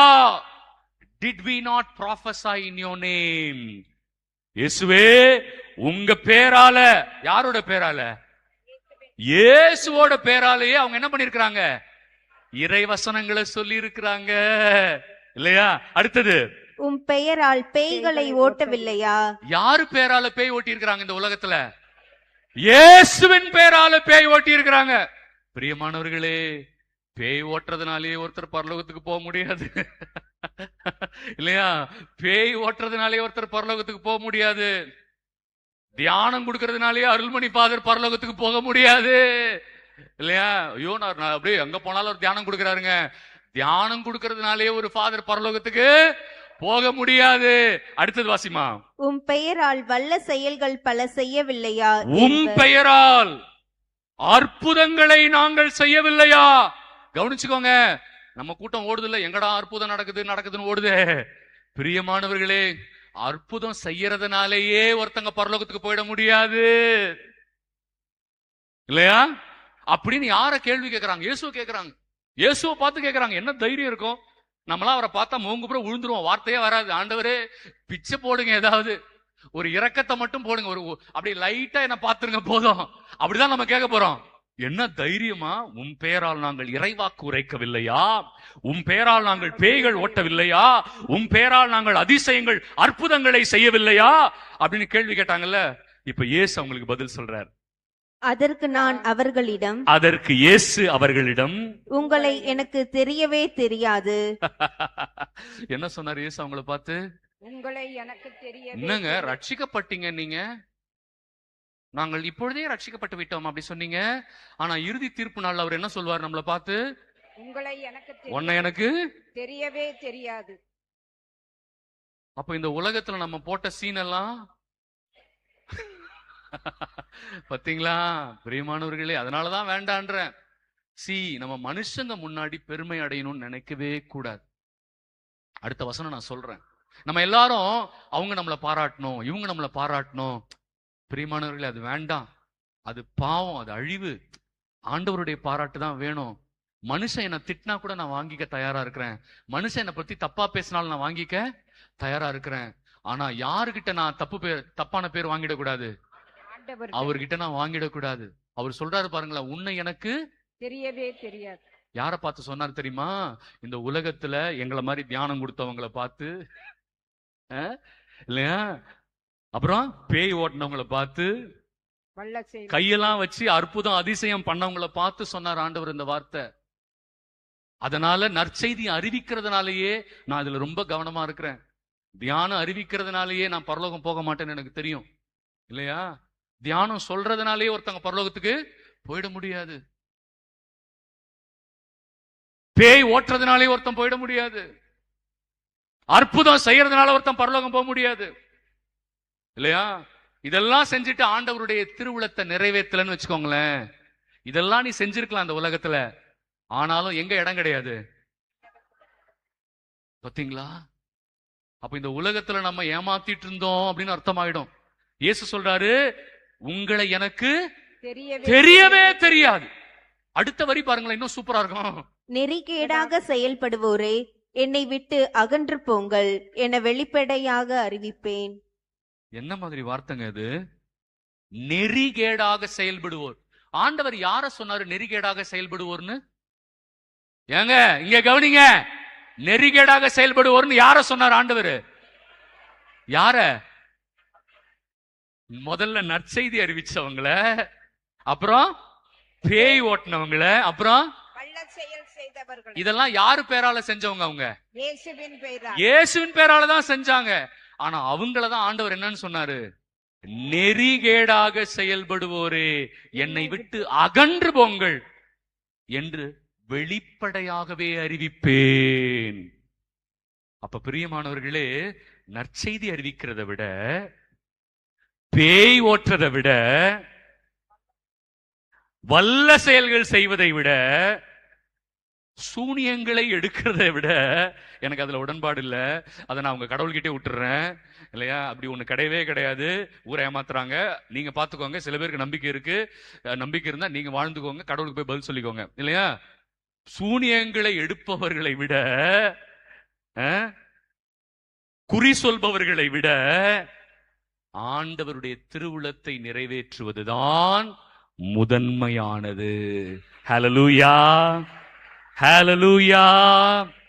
இது எல்லாத்தவிடையும் மேலானது எது? ஆண்டவருடைய திருவுளத்தை நிறைவேற்றுறது. நீ இதெல்லாம் செய்யலைனாலும் பரவாயில்ல, எதை நிறைவேற்றணும்? பாத்தீங்களா? நற்செய்தி அறிவிக்கலைனாலும் பரவாயில்ல, நீ பேய் ஓட்டலைனாலும் பரவாயில்ல, அற்புதம் செய்யலைனாலும் பரவாயில்ல, நம்ம எதை செஞ்சாகணும்? ஆண்டவருடைய திருவுளத்தை நிறைவேற்றி ஆகணும். ஓகேவா? இப்ப அடுத்த கேள்வி, ஃபாதர், எது ஆண்டவருடைய திருவிழா? அது தெரிஞ்சா நாங்க நிறைவேற்றுவோமே. இங்கிலீஷ்ல காட்ஸ் வில்.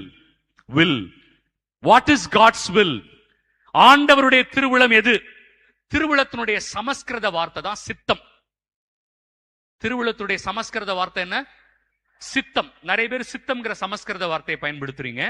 பட் அதனுடைய தமிழ் வார்த்தை, சரியான தமிழ் வார்த்தை திருவிழம். ஆங்கில வார்த்தை காட்ஸ் வில். ஆண்டவருடைய திருவிழம் எது? இப்ப அந்த அது புரிஞ்சுக்கிட்டாதான் நம்ம உள்ளே போக முடியும் இல்லையா? நம்ம ஆண்டவருடைய திருவிழத்தை நிறைவேற்ற தான் இந்த உலகத்துக்கு வந்திருக்கிறோம். நம் சொந்த விருப்பத்தை நிறைவேற்றுறதுக்காக இந்த ஊருக்குள்ள, இந்த நாட்டுக்குள்ள, இந்த உலகத்துக்குள்ள நம்ம வரல. அவருடைய திருவிழம். அப்ப அது தெரியணும்ல, எது ஆண்டவருடைய திருவிழம்? எபேசியர் 5வது அதிகாரம் 17வது வசனம். சீக்கிரம் வாங்க, வேக வேகமா வாங்க, டைம் இல்ல. உங்க ஃபாதர் கரெக்டா பாத்துருவார். என்ன அப்படியே ஒரு ஒத்த கண்ணுல பாப்பார் வேற இல்லையா? அப்படி பாப்பாரு, ஏய் அப்படின்னு வாரு. நான் வேற பயந்துருவேன். எபேசியர் 5:17. ஆகவே அறிவிலிகளாய் இராமல் ஆண்டவருடைய திருவுளம் யாது என புரிந்து கொள்ளுங்கள். நல்லா கவனிங்க, நல்லா கவனிங்க, அந்த வார்த்தையை கவனிங்க. அறிவிலிகளாயிராமல் ஆண்டவருடைய திருவிழம் யாது என புரிந்து கொள்ளுங்கள். இப்ப கேள்வி என்னன்னா, தெரிஞ்சாதானே புரிகிறது? தெரிஞ்சாதானே புரிஞ்சுக்கிறது? தெரியாம எப்படி புரியும்? என்னமா கரெக்டாமா? முதல்ல திருவிழா என்னன்னு சொல்லுங்க ஃபாதர், அப்புறமா நாங்க புரிஞ்சுக்கிறோம். அதுக்குதான் உங்களை கூட்டிட்டு போறோம் கொஞ்சம் கொஞ்சமா இல்லையா? படம் கிளைமேக்ஸ் முதல்ல வந்துடக்கூடாது. படத்தோட கிளைமேக்ஸ் எப்போ வரணும்? அப்பதான் படம் இன்ட்ரெஸ்டிங்கா இருக்கும். தொடக்கத்திலே கிளைமேக்ஸ் போட்டா எப்படி? ஆண்டவருடைய திருவிழம் யாது என புரிந்து கொள்ளுங்கள். சரி, புரிஞ்சுக்கிறோம். எபேசியர் 1வது அதிகாரம் 9வது வசனம். எபேசியர் 1:9. வேகமா. அவர் தமது திருவுளத்தின் மறைபொருளை நமக்கு தெரியப்படுத்தியுள்ளார். இது கிறிஸ்து வழியாக கடவுள் விரும்பி செய்த தீர்மானம். ஏற்கனவே தெரியப்படுத்தி விட்டார். என்ன ஃபாதர் சொல்றீங்க? அவருடைய திருவுளத்தை ஏற்கனவே தெரியப்படுத்தி விட்டார். ஹல்லேலூயா. என் பாவமே, என் பாவமே, என் பெரும் பாவமே. உங்க அல்லேலூயா நான் வாங்குறதுக்குள்ள படுற பாடு இருக்க. நல்லா கைகளை உயர்த்தி சொல்லுங்க பாப்போம். ஏன் இந்த மாதிரி சொன்னா என்ன? அப்படி கேட்டாதான் சொல்லுவீங்களா? அல்லேலூயான்னு சொன்னாவே கையை உயர்த்தி சொல்ல வேண்டியதானே? அல்லேலூயா. ஏற்கனவே இயேசுவின் வழியாய் திருவுளத்தை ஆண்டவர் வெளிப்படுத்திட்டாராம்.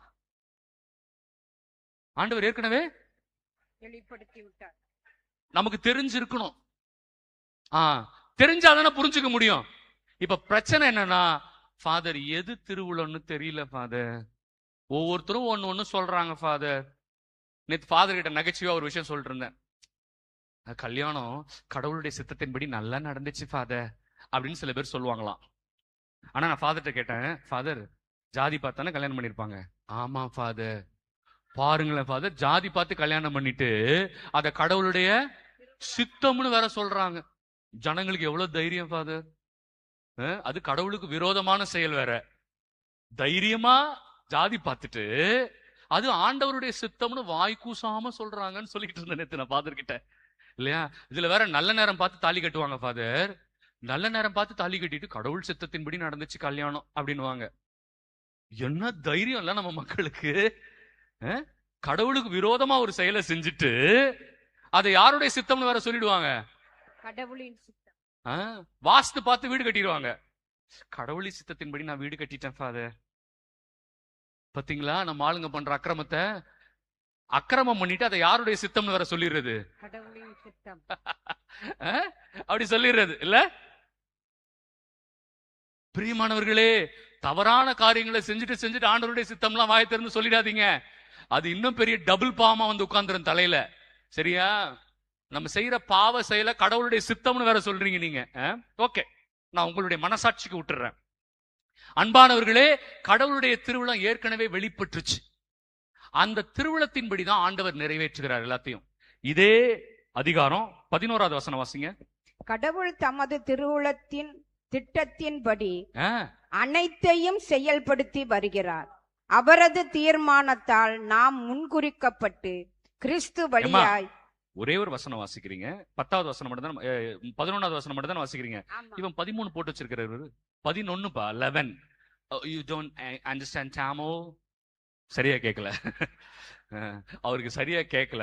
பிரச்சனை மைக்லயே என் வாய்ஸ்லயான்னு தெரியல. ஓகே இல்லையா? வாசிங்க. கடவுள் தமது திருவுளத்தின் திட்டத்தின்படி அனைத்தையும் செயல்படுத்தி வருகிறார். எல்லாத்தையும் இந்த உலகத்துல யார் திட்டத்தின்படி செயல்படுத்தி வருகிறார்?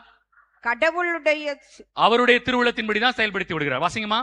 அவரது தீர்மானத்தால் நாம் முன்குறிக்கப்பட்டு கிறிஸ்து வழியாய் அவரது உரிமை பேற்றுக்கு உரியவர் ஆனோம். கைகளை தட்டி நன்றி சொல்லுங்க எல்லாரும். நல்லா இப்ப பாத்தீங்களா? நல்லா கவனிச்சிங்களா? அவருடைய திட்டத்தின்படிதான் நடக்குதுன்னா ஃபாதர், அப்ப கொலை, கொள்ளை, திருட்டு, கற்பழிப்பு, கொடுமையான காரியங்கள், போரு, இதெல்லாம் அப்ப அவருடைய திட்டத்தின்படி நடக்குதானா? அங்கதான் நம்ம புரிஞ்சுக்கணும். ஆண்டவருடைய திட்டம் என்பது எது? நன்மை மட்டும்தான் அவருடைய திட்டம். ஏன்னா அவர்கிட்ட இருந்து கெடுதல் வராது. கெடுதல் எல்லாமே சாத்தான் கிட்ட இருந்து வருது. நேத்து நான் ஒரு வசனம் சொன்னேன், யாக்கோபு 1:17 சொன்னேன், நன்மை அனைத்தும் ஆண்டவரிடமிருந்து வருகின்றன. அப்ப கெடுதல் அனைத்தும் சாத்தானிடமிருந்து வருகின்றன இல்லையா? யாரெல்லாம் ஆண்டவரோடு ஒத்துழைக்கிறாங்களோ, யாரெல்லாம் ஆண்டவருடைய திருவிழத்தோடு ஒத்துழைக்கிறாங்களோ அவங்களுக்கு நன்மை நடக்குது. யாரெல்லாம் சாத்தானோடு ஒத்துழைக்கிறாங்களோ அவங்களுக்கு கேடு நடக்குது. That's all your honour. இப்ப புரிஞ்சுச்சா? இப்ப என் வாழ்க்கையிலே ஒரு கேடு நடக்குது அப்படின்னா என்ன அறியாமையே நான் யாருக்கு ஒத்துழைச்சிருக்கிறேன்? புரியுதுங்களா? ஐயோ இது நடக்குதே, ஐயோ இந்த பிரச்சனை வந்துருச்சு, ஐயோ இந்த கஷ்டம் வந்துருச்சேன்னு புலம்புறோமே, நம்ம அறியாமையே யாருக்கு ஒத்துழைச்சிருக்கிறோம்? இயேசுவுக்கு ஒத்துழைச்சிருந்தா நன்மை மட்டும்தான் நடக்கும். உரோமையர் 8:28. சீக்கிரம் உரோமையர் 8:28 வேகமா வாசிங்கம்மா, டைம் எடுக்கிறீங்களே. உரோமையர் 8:28. மேலும் கடவுளிடம் அன்பு கூறுவர்களோடு, அதாவது அவரது திட்டத்திற்கு ஏற்ப, கவனிச்சிங்களா அந்த வார்த்தையை? கவனிச்சிங்களா? அவரது திட்டத்திற்கேற்ப அழைக்கப்பட்டவர்களோடு அவர்கள் நன்மைக்காகவே ஆவியார் அனைத்திலும் ஒத்துழைக்கிறார் என்பது நமக்கு தெரியும். ஹல்லேலூயா, ஹல்லேலூயா, ஹல்லேலூயா. அவருடைய திட்டத்தை புரிஞ்சுக்கிட்டு ஒத்துழைச்சோம்னா நமக்கு என்ன மட்டும்தான் நடக்கும்? குடும்பத்துல கேடு குடும்பத்துல நடக்கவே, சூனிய வேலை. பார்த்தீங்களா? எவனோ உட்காந்து பணம் சம்பாதிக்கிறது தான் அவன் சூனியமே வைக்கிறான் இல்லையா? அவன் பணம் சம்பாதிக்கத்தானமா வைக்கிறான் சூனியம். சூனியம் சேவைக்காக வைக்கிறான். ஃபாதர் நான் சமூக சேவை செய்கிறேன் ஃபாதர், நான் சாவறதுக்குள்ள ஒரு 1000 குடும்பத்திற்கு சூனியம் வைத்து விட்டு சாக வேண்டும் என்பதுதான் என்னுடைய வாழ்க்கையின் லட்சியம். அப்படி யாராவது இருப்பாங்க? இல்ல இல்லையா? அவன் சூனியம் வைக்கிறதே எதுக்கு? அப்ப அவனுக்கே தெரியும் அவன் ஒரு டுபாக்கூர். சூனியம் வைக்கிறவன் யாருமா? டுபாக்கூர். கரெக்டா? சரியான வார்த்தை அது? சரியான வார்த்தை தானே அது? டுபாக்கூர் தானே? ஆமா. நம்ம ஆளுங்க வேற அந்த டுபாக்கூர் செய்யறது இருக்குதுன்னு வேற நம்புதுங்க. அந்த ஆளுங்க, நம்ம ஆளுங்க வேற அதை நம்புறாங்க. அதனாலதான் பைபிள்ல போட்டிருக்கு அந்த மாதிரி ஆளுங்களை நம்பாதன்னு போட்டிருக்கு. பைபிள்ல எப்படி போட்டிருக்குன்னா அதெல்லாம் நம்பாத அப்படிதான் போட்டிருக்க ஒழிய இப்படி செஞ்சு ஒருத்தனை கெடுத்துடலான்னு பைபிள்ல எங்கேயுமே போடல. யாரு கண்டுபிடிச்சாங்கன்னு தெரியலமா, இது யாரோ கண்டுபிடிச்சிருக்காங்க. நம்ம ஆளுங்களும் அதை ரொம்ப தீவிரமா ஃபாலோ பண்றாங்க. அதனாலதான் சொன்னேன் எனக்கு உடன்பாடு இல்ல, ஃபாலோ பண்ணிட்டு போங்க. இறுதி தீர்ப்பு நாள் அவர் முன்னாடி நிற்போம், அப்ப பதில் சொல்லிக்கோங்க. ஓகே, சரி. இப்ப ரொம்ப சிம்பிள். அவருடைய திட்டத்தோடு ஒத்துழைச்சாலே என் குடும்பத்தில் இருக்கிற கட்டு கட்டு கட்டு சங்கிலிகள் அறுந்துவிடும். போதுமா? விடுதலை நிச்சயமாய் கிடைக்கும். பாத்தீங்களா? அப்ப நம்ம அவருடைய திட்டத்திற்கேற்ப ஒத்துழைக்காததாலதான் என்னுடைய கண்ணீர், சோதனை, போராட்டம், வேதனை. புரியுதுங்களா? இதுல சாத்தான் சோதிப்பான். ஆனா அந்த சோதனையில அவன் ஜெயிக்க முடியாது. அந்த சோதனையை வெல்லும் சக்தி ஆண்டவன் நமக்கு கொடுத்துருவார். சில பேர் கேட்பான், ஃபாதர் சாத்தான் நம்மளை சோதிக்க மாட்டானா? ஃபாதர் சோதிப்பான். நீங்க கடவுள்கிட்ட நெருங்க சாத்தான் என்ன பண்ணுவான்? சோதிப்பான். ஆனா அந்த சோதனையை ஜெயிக்கிறதுக்கான வல்லமை யார் கொடுப்பா? எந்த வசனம்? 1 கொரிந்தியர் 10:12-13. 1 கொரிந்தியர் 10வது அதிகாரம் 12-13. அதனால சாத்தான் சோதிக்காமலாம் இருக்க மாட்டான். சாத்தான் சோதிப்பான். அது யார் மூலமோ மந்திரத்துல வந்த சோதனை எல்லாம் இல்ல. சாத்தானோட வேலையே சோதிக்கிறதா. நீ மந்திரம் பண்ணாலும் சரி பண்ணலைனாலும் சரி, சாத்தான் யாரெல்லாம் கடவுளிடம் நெருங்குகிறார்களோ அவர்களை சோதிப்பான். நீங்க பாத்துருக்கீங்களா? கொலைகாரன், கொள்ளக்காரன் இல்லையா, நல்ல கொள்ளை அடிக்கிறவன்லாம் நல்ல காரு பங்களான்னு பயங்கரமா இருப்பான். பாத்துருக்கீங்களா? இல்ல நம்ம பாப்போம், அவனை பாப்போம். என்னங்க நான் நல்ல நேர்மையா வேலை செய்யறேன், நேர்மையா இருக்கிறேன், நம்மளால ஒரு இடம் வாங்க முடியல, கொள்ளையடிக்கிறானுங்க, கொலை பண்றானுங்க, ஆனா இப்படி வாழ்றானுங்களே. ஏன் தெரியுமா? சாத்தான ஒண்ணும் பண்ணாது. சாத்தான யாரெல்லாம் கடவுள்கிட்ட நெருங்குறாங்களோ அவங்களதான் சோதிப்பான். இதுக்கு மந்திரம் பண்ணி சோதிக்கணும்னு அவசியம் இல்ல. புரியுதுங்களா? நம்ம இயேசு கிட்ட நெருங்கவே சாத்தான் என்ன பண்ண ஆரம்பிச்சிருவான்? சோதிக்க ஆரம்பிச்சிருவான். ஏன்னா இயேசுவே சொல்றாரு, மத்தேயு 22வது அதிகாரத்துல சொல்லுவாரு. இப்ப வாசிக்க வேண்டாம். மத்தேயு 22:32 சொல்லுவார். பேதுருவை பார்த்து சொல்லுவார், பேதுரு நேத்து சாத்தான் என்கிட்ட வந்தான். என்ன சொல்லுவாரு? பேதுரு நேத்து சாத்தான் என்கிட்ட வந்தான், உன்னை சோதிக்கும்படி என்னிடம் அனுமதி கேட்டான். உன்னை சோதிக்கும்படி என்னிடம் அனுமதி கேட்டான். இயேசு என்ன தெரியுமா சொன்னாரு? அடுத்த வரியில, நான் உனக்காக ஜெபித்துக் கொள்கிறேன். அப்படின்னா என்ன அர்த்தம்? நான் சாத்தானுக்கு பெர்மிஷன் கொடுத்துட்டேன் அர்த்தம். ஆண்டவர் சாத்தானுக்கு என்ன கொடுத்துட்டாரு? பெர்மிஷன் கொடுத்துட்டாரு. அதுக்கு அடுத்த வரியில சொல்வாரு, நீ அந்த சோதனையிலிருந்து வென்று வந்த பிறகு உன் சகோதரர்களை திடப்படுத்து. ஹல்லேலூயா, ஹல்லேலூயா. பாத்தீங்களா? சோதனை வரதான் செய்யும். ஆனா சோதனை ஜெயிக்கிறதுக்கான வல்லமை ஆண்டவர் நமக்கு கொடுத்துருவார். அதனால யாராவது அந்த கட்டை எடுத்துருவாங்களா, யாராவது அந்த சோதனையை எடுப்பாங்களா, அந்த பில்லி சூனியத்தை எடுப்பாங்களா போவாதீங்க. நானும் போராடலாம் சொல்லிதான் பாக்குறேன். அப்பவும் நம்ம ஆளுங்க கேட்க மாட்டேங்குது. அப்பவும் வரிஞ்சு கட்டிட்டு ஓடுறாங்க. அங்க போனா எடுத்துருவாங்களா, இங்க போனா சோதனை எடுத்துருவாங்களா? எங்க போனாலும் யாரும் எடுக்க முடியாது. நான் தான் எடுக்கணும் இல்லையா? அதுக்கான வல்லமையை கொடுத்திருக்காரு. வசனத்தை வாசிங்கம்மா. எங்கம்மா? 1 கொரிந்தியர் 10:12 வந்துருச்சு, வாசிக்க மாட்டீங்க. எனவே நான் தாம் நிலையாக நிற்பதாக நினைத்து கொண்டிருப்பவர் விழுந்து விடாதபடி பார்த்து கொள்ளட்டும். சில பேர் சொல்லுவாங்க, நான் ரொம்ப ஸ்ட்ராங் ஃபாதர், நான் ஆண்டவருக்குள்ளாக இருக்கிறேன், நான் ஆவிக்குள்ளாக இருக்கிறேன், என்னை யாரும் சோதிக்க முடியாது, அப்படிலாம் பீலா விடுவாங்க. அம்மா வேணாமா, இந்த பீலா வேண்டாம், இந்த பீத்தல் வேண்டாம், இந்த பெருமை வேண்டாம், நான் ரொம்ப ஸ்ட்ராங்லாம் யாரும் வாயை திறந்து. ஆமா, அவன் இயேசுவையே சோதிச்சவன் இல்லையா? இயேசு இறை வார்த்தையால் அவனை ஜெயிச்சாரு. நம்மளும் இறை வார்த்தையால தான் ஜெயிக்க முடியும். அப்ப பாருங்க, தன்னை ரொம்ப ஸ்ட்ராங்னு யாரும் நினைக்க வேண்டாம். ஆனா சோதனை வரும் ஆண்டவர்கிட்ட போகும்போது. வாசிங்கம்மா. உங்களுக்கு ஏற்படுகின்ற சோதனை உங்களுக்கு ஏற்படுகின்ற சோதனை பொதுவாக மனிதருக்கு ஏற்படும் சோதனையே அன்றி வேறு அல்ல. பாத்தீங்களா? ஃபாதர் எனக்கு மட்டும்தான் ஃபாதர் இப்படி சோதனை வருது, எனக்கு மட்டும் அப்படிலாம் சொல்லாதீங்க. நமக்கு ஏற்படுகிற சோதனை மனிதர் உலகத்தில் எல்லாருக்கும் ஏற்படுகிற சோதனை. பணக்காரனுக்கும் சோதனை இருக்குங்க. உங்களுக்கு 100 ரூபாய் லெவலுக்கு சோதனை இருந்துச்சுன்னா அவருக்கு 1 லட்சம் ரூபாய் லெவலுக்கு சோதனை வரும். பாத்தீங்களா? பணம் அதிகமா இருக்கிறதுனால அவங்களுக்கு சோதனை கம்மியாவாது, அவங்களுக்கு சோதனை இன்னும் ஜாஸ்தியா தான் வரும். நம்ம நினைக்கிறோம் பணக்காரங்களை பார்த்து பொறாமப்படுறோம் இல்லையா?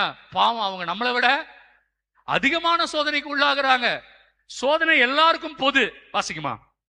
கடவுள் நம்பிக்கைக்குரியவர், அவர் உங்களுடைய வலிமைக்கு மேல் நீங்கள் சோதனைக்கு உள்ளாக விடமாட்டார். இந்த வசனத்தை நம்புறவங்க ஆமென் சொல்லுங்களேன், சந்தோஷமா சொல்லுங்களேன். அவர் நம்பிக்கைக்குரியவர், உங்களுடைய வலிமைக்கு மேல் சோதிக்க. அப்ப என்ன சோதனை வந்தாலும் ஆண்டவர் என்னை காப்பாத்துவாரு, எனக்கு வலிமை கொடுப்பாருன்னு நம்பணும்ல நீங்க. அப்புறம் ஏன் சூனியத்தை எடுக்கிறதுக்கு ஓடுறீங்க? அப்புறமா ஓடுறீங்க?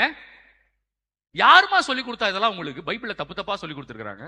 ஆண்டவரே எனக்கு கொடுக்குறேன்னு இருக்கிறார்ல, வலிமைய கொடுக்குறேன்னு சொல்லியிருக்கிறாரா இல்லையா? ஏன் ஓடுறீங்க? ஜெபம் பண்ணுங்க. ஒரு குருவானவரை ஜெபம் பண்ண சொல்லி கேளுங்க, தப்பு இல்ல. நீங்க போய் முழந்தாள் படிட்டு ஜெபம் பண்ணுங்க, நற்கருணை அட்டன் பண்ணுங்க, நல்ல பாவ அறிக்கை செய்யுங்க, பரிசுத்தமா வாழ முயற்சி பண்ணுங்க. அப்ப ஆட்டோமேட்டிக்கா சோதனை போயிரும்ல. அப்ப ஆண்டவர் அந்த வலிமை எனக்கு கொடுத்திருக்கிறார் இல்லையா? அப்ப ஏன் இந்த மாதிரி தரகர்களை நம்பி ஓடுறீங்க? இடைத்தரகர்கள், ஏஜென்ட்ஸ். சூனிய வைக்கிறதுக்கு ஒரு ஏஜென்ட், எடுக்கிறதுக்கு ஒரு ஏஜென்டா? என்னங்க இது? பைபிள் தெளிவா இருக்கு. உங்கள் வலிமைக்கு மேல் நீங்கள் சோதனைக்குள்ளாக்க விடமாட்டார். சோதனை வரும்போது அதை தாங்கிக் கொள்ளும் வலிமையை உங்களுக்கு அருள்வார். அப்புறம் அதிலிருந்து விடுபட வழி செய்வார். அதை அண்டர்லைன் பண்ணுங்க. அதிலிருந்து விடுபட வழி செய்வார். ஹல்லேலூயா, ஹல்லேலூயா, ஹல்லேலூயா.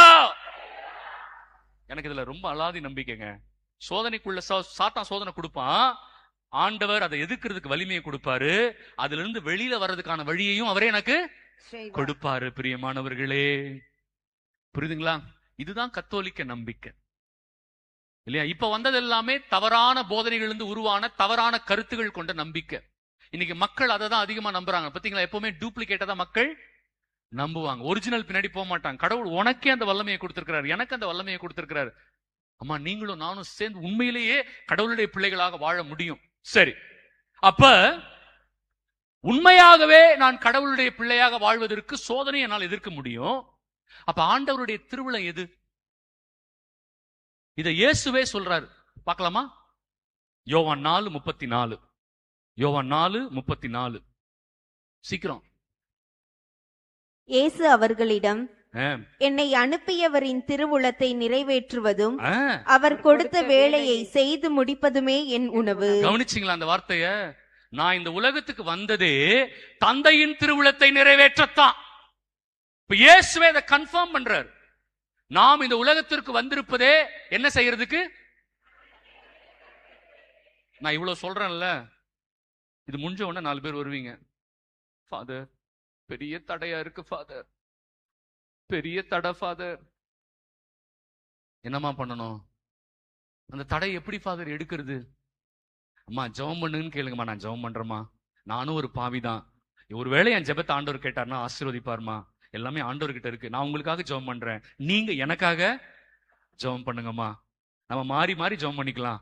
ஆண்டவருக்கு இரக்கமா, அவர் கண்டிப்பா வழிகாட்டுவாரு, அவர் கண்டிப்பா உங்களுக்கு விடுதலை. இதைதான் நான் சொல்லுவேன். நான் உடனே அப்படியா, ஓகே, 11 எலுமிச்சம்பழம் மட்டும் எடுத்துட்டு வாங்க. அதுக்கப்புறமா 2 முழம் கருப்பு கயிறு வாங்கிட்டு வாங்க. அதை நான் அப்படியே மந்திரிச்சு அப்படி கொடுக்குறேன். அப்படி எடுத்துட்டு போய் நீங்க வீட்டுல 4 மூலையில கட்டினீங்கன்னா, இது கத்தோலிக்க நம்பிக்கை இல்லைங்க. இது கத்தோலிக்க நம்பிக்கை இல்லைங்க. வேண்டாங்க, இந்த மாதிரி தப்பா போயிடாதீங்க, தப்பா போயிடாதீங்க இல்லையா? என்னை அனுப்பியரின் திருவிழத்தை நான் நிறைவேற்றினாவே எனக்கு விடுதலை கிடைக்கும். ஹல்லேலூயா. என் குடும்பத்தில் இருக்கிற தடைகள் அகலும் இல்லைங்களா? அப்ப ஆண்டவருடைய திருவிழம் எது? இயேசுவே சொல்றாரு, நான் திருவிழத்தை நிறைவேற்ற தான் வந்தேன். ஃபாதர் இப்பயாவது சொல்லி தொலைங்க ஃபாதர், 12:30 ஆக போகுது, சாப்பாடு போடுறவங்க வேற ரெடியா உட்காந்துருக்காங்க, குண்டானெல்லாம் திறந்துட்டாங்க, இவ்வளவு நேரம் மூடி வச்சிருந்தாங்க, குண்டான திறந்தாதான் ஸ்மெல் வரும், அப்பதான் ஃபாதர் பிரேக்கு விடுவாரு அப்படின்னு குண்டான வேற திறந்துட்டாங்க ஃபாதர், இப்பவாவது சொல்லுங்க ஃபாதர் கடவுளுடைய திருவிழா எதுன்னு சொல்லலாமா? 1 தெசலோனிக்கர் 4:3.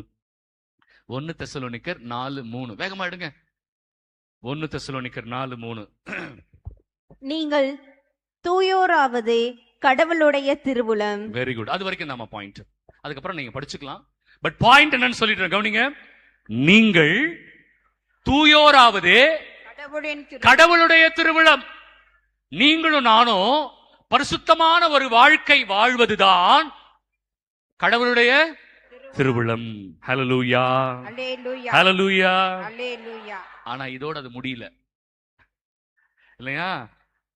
தூயோரா இருக்கிறதுக்கு என்ன பண்ணணும் இல்லையா? தூயோரா இருக்கிறதுக்கு என்ன செய்தால் தூயோரா இருக்க முடியும்? வரேன் அது இல்ல.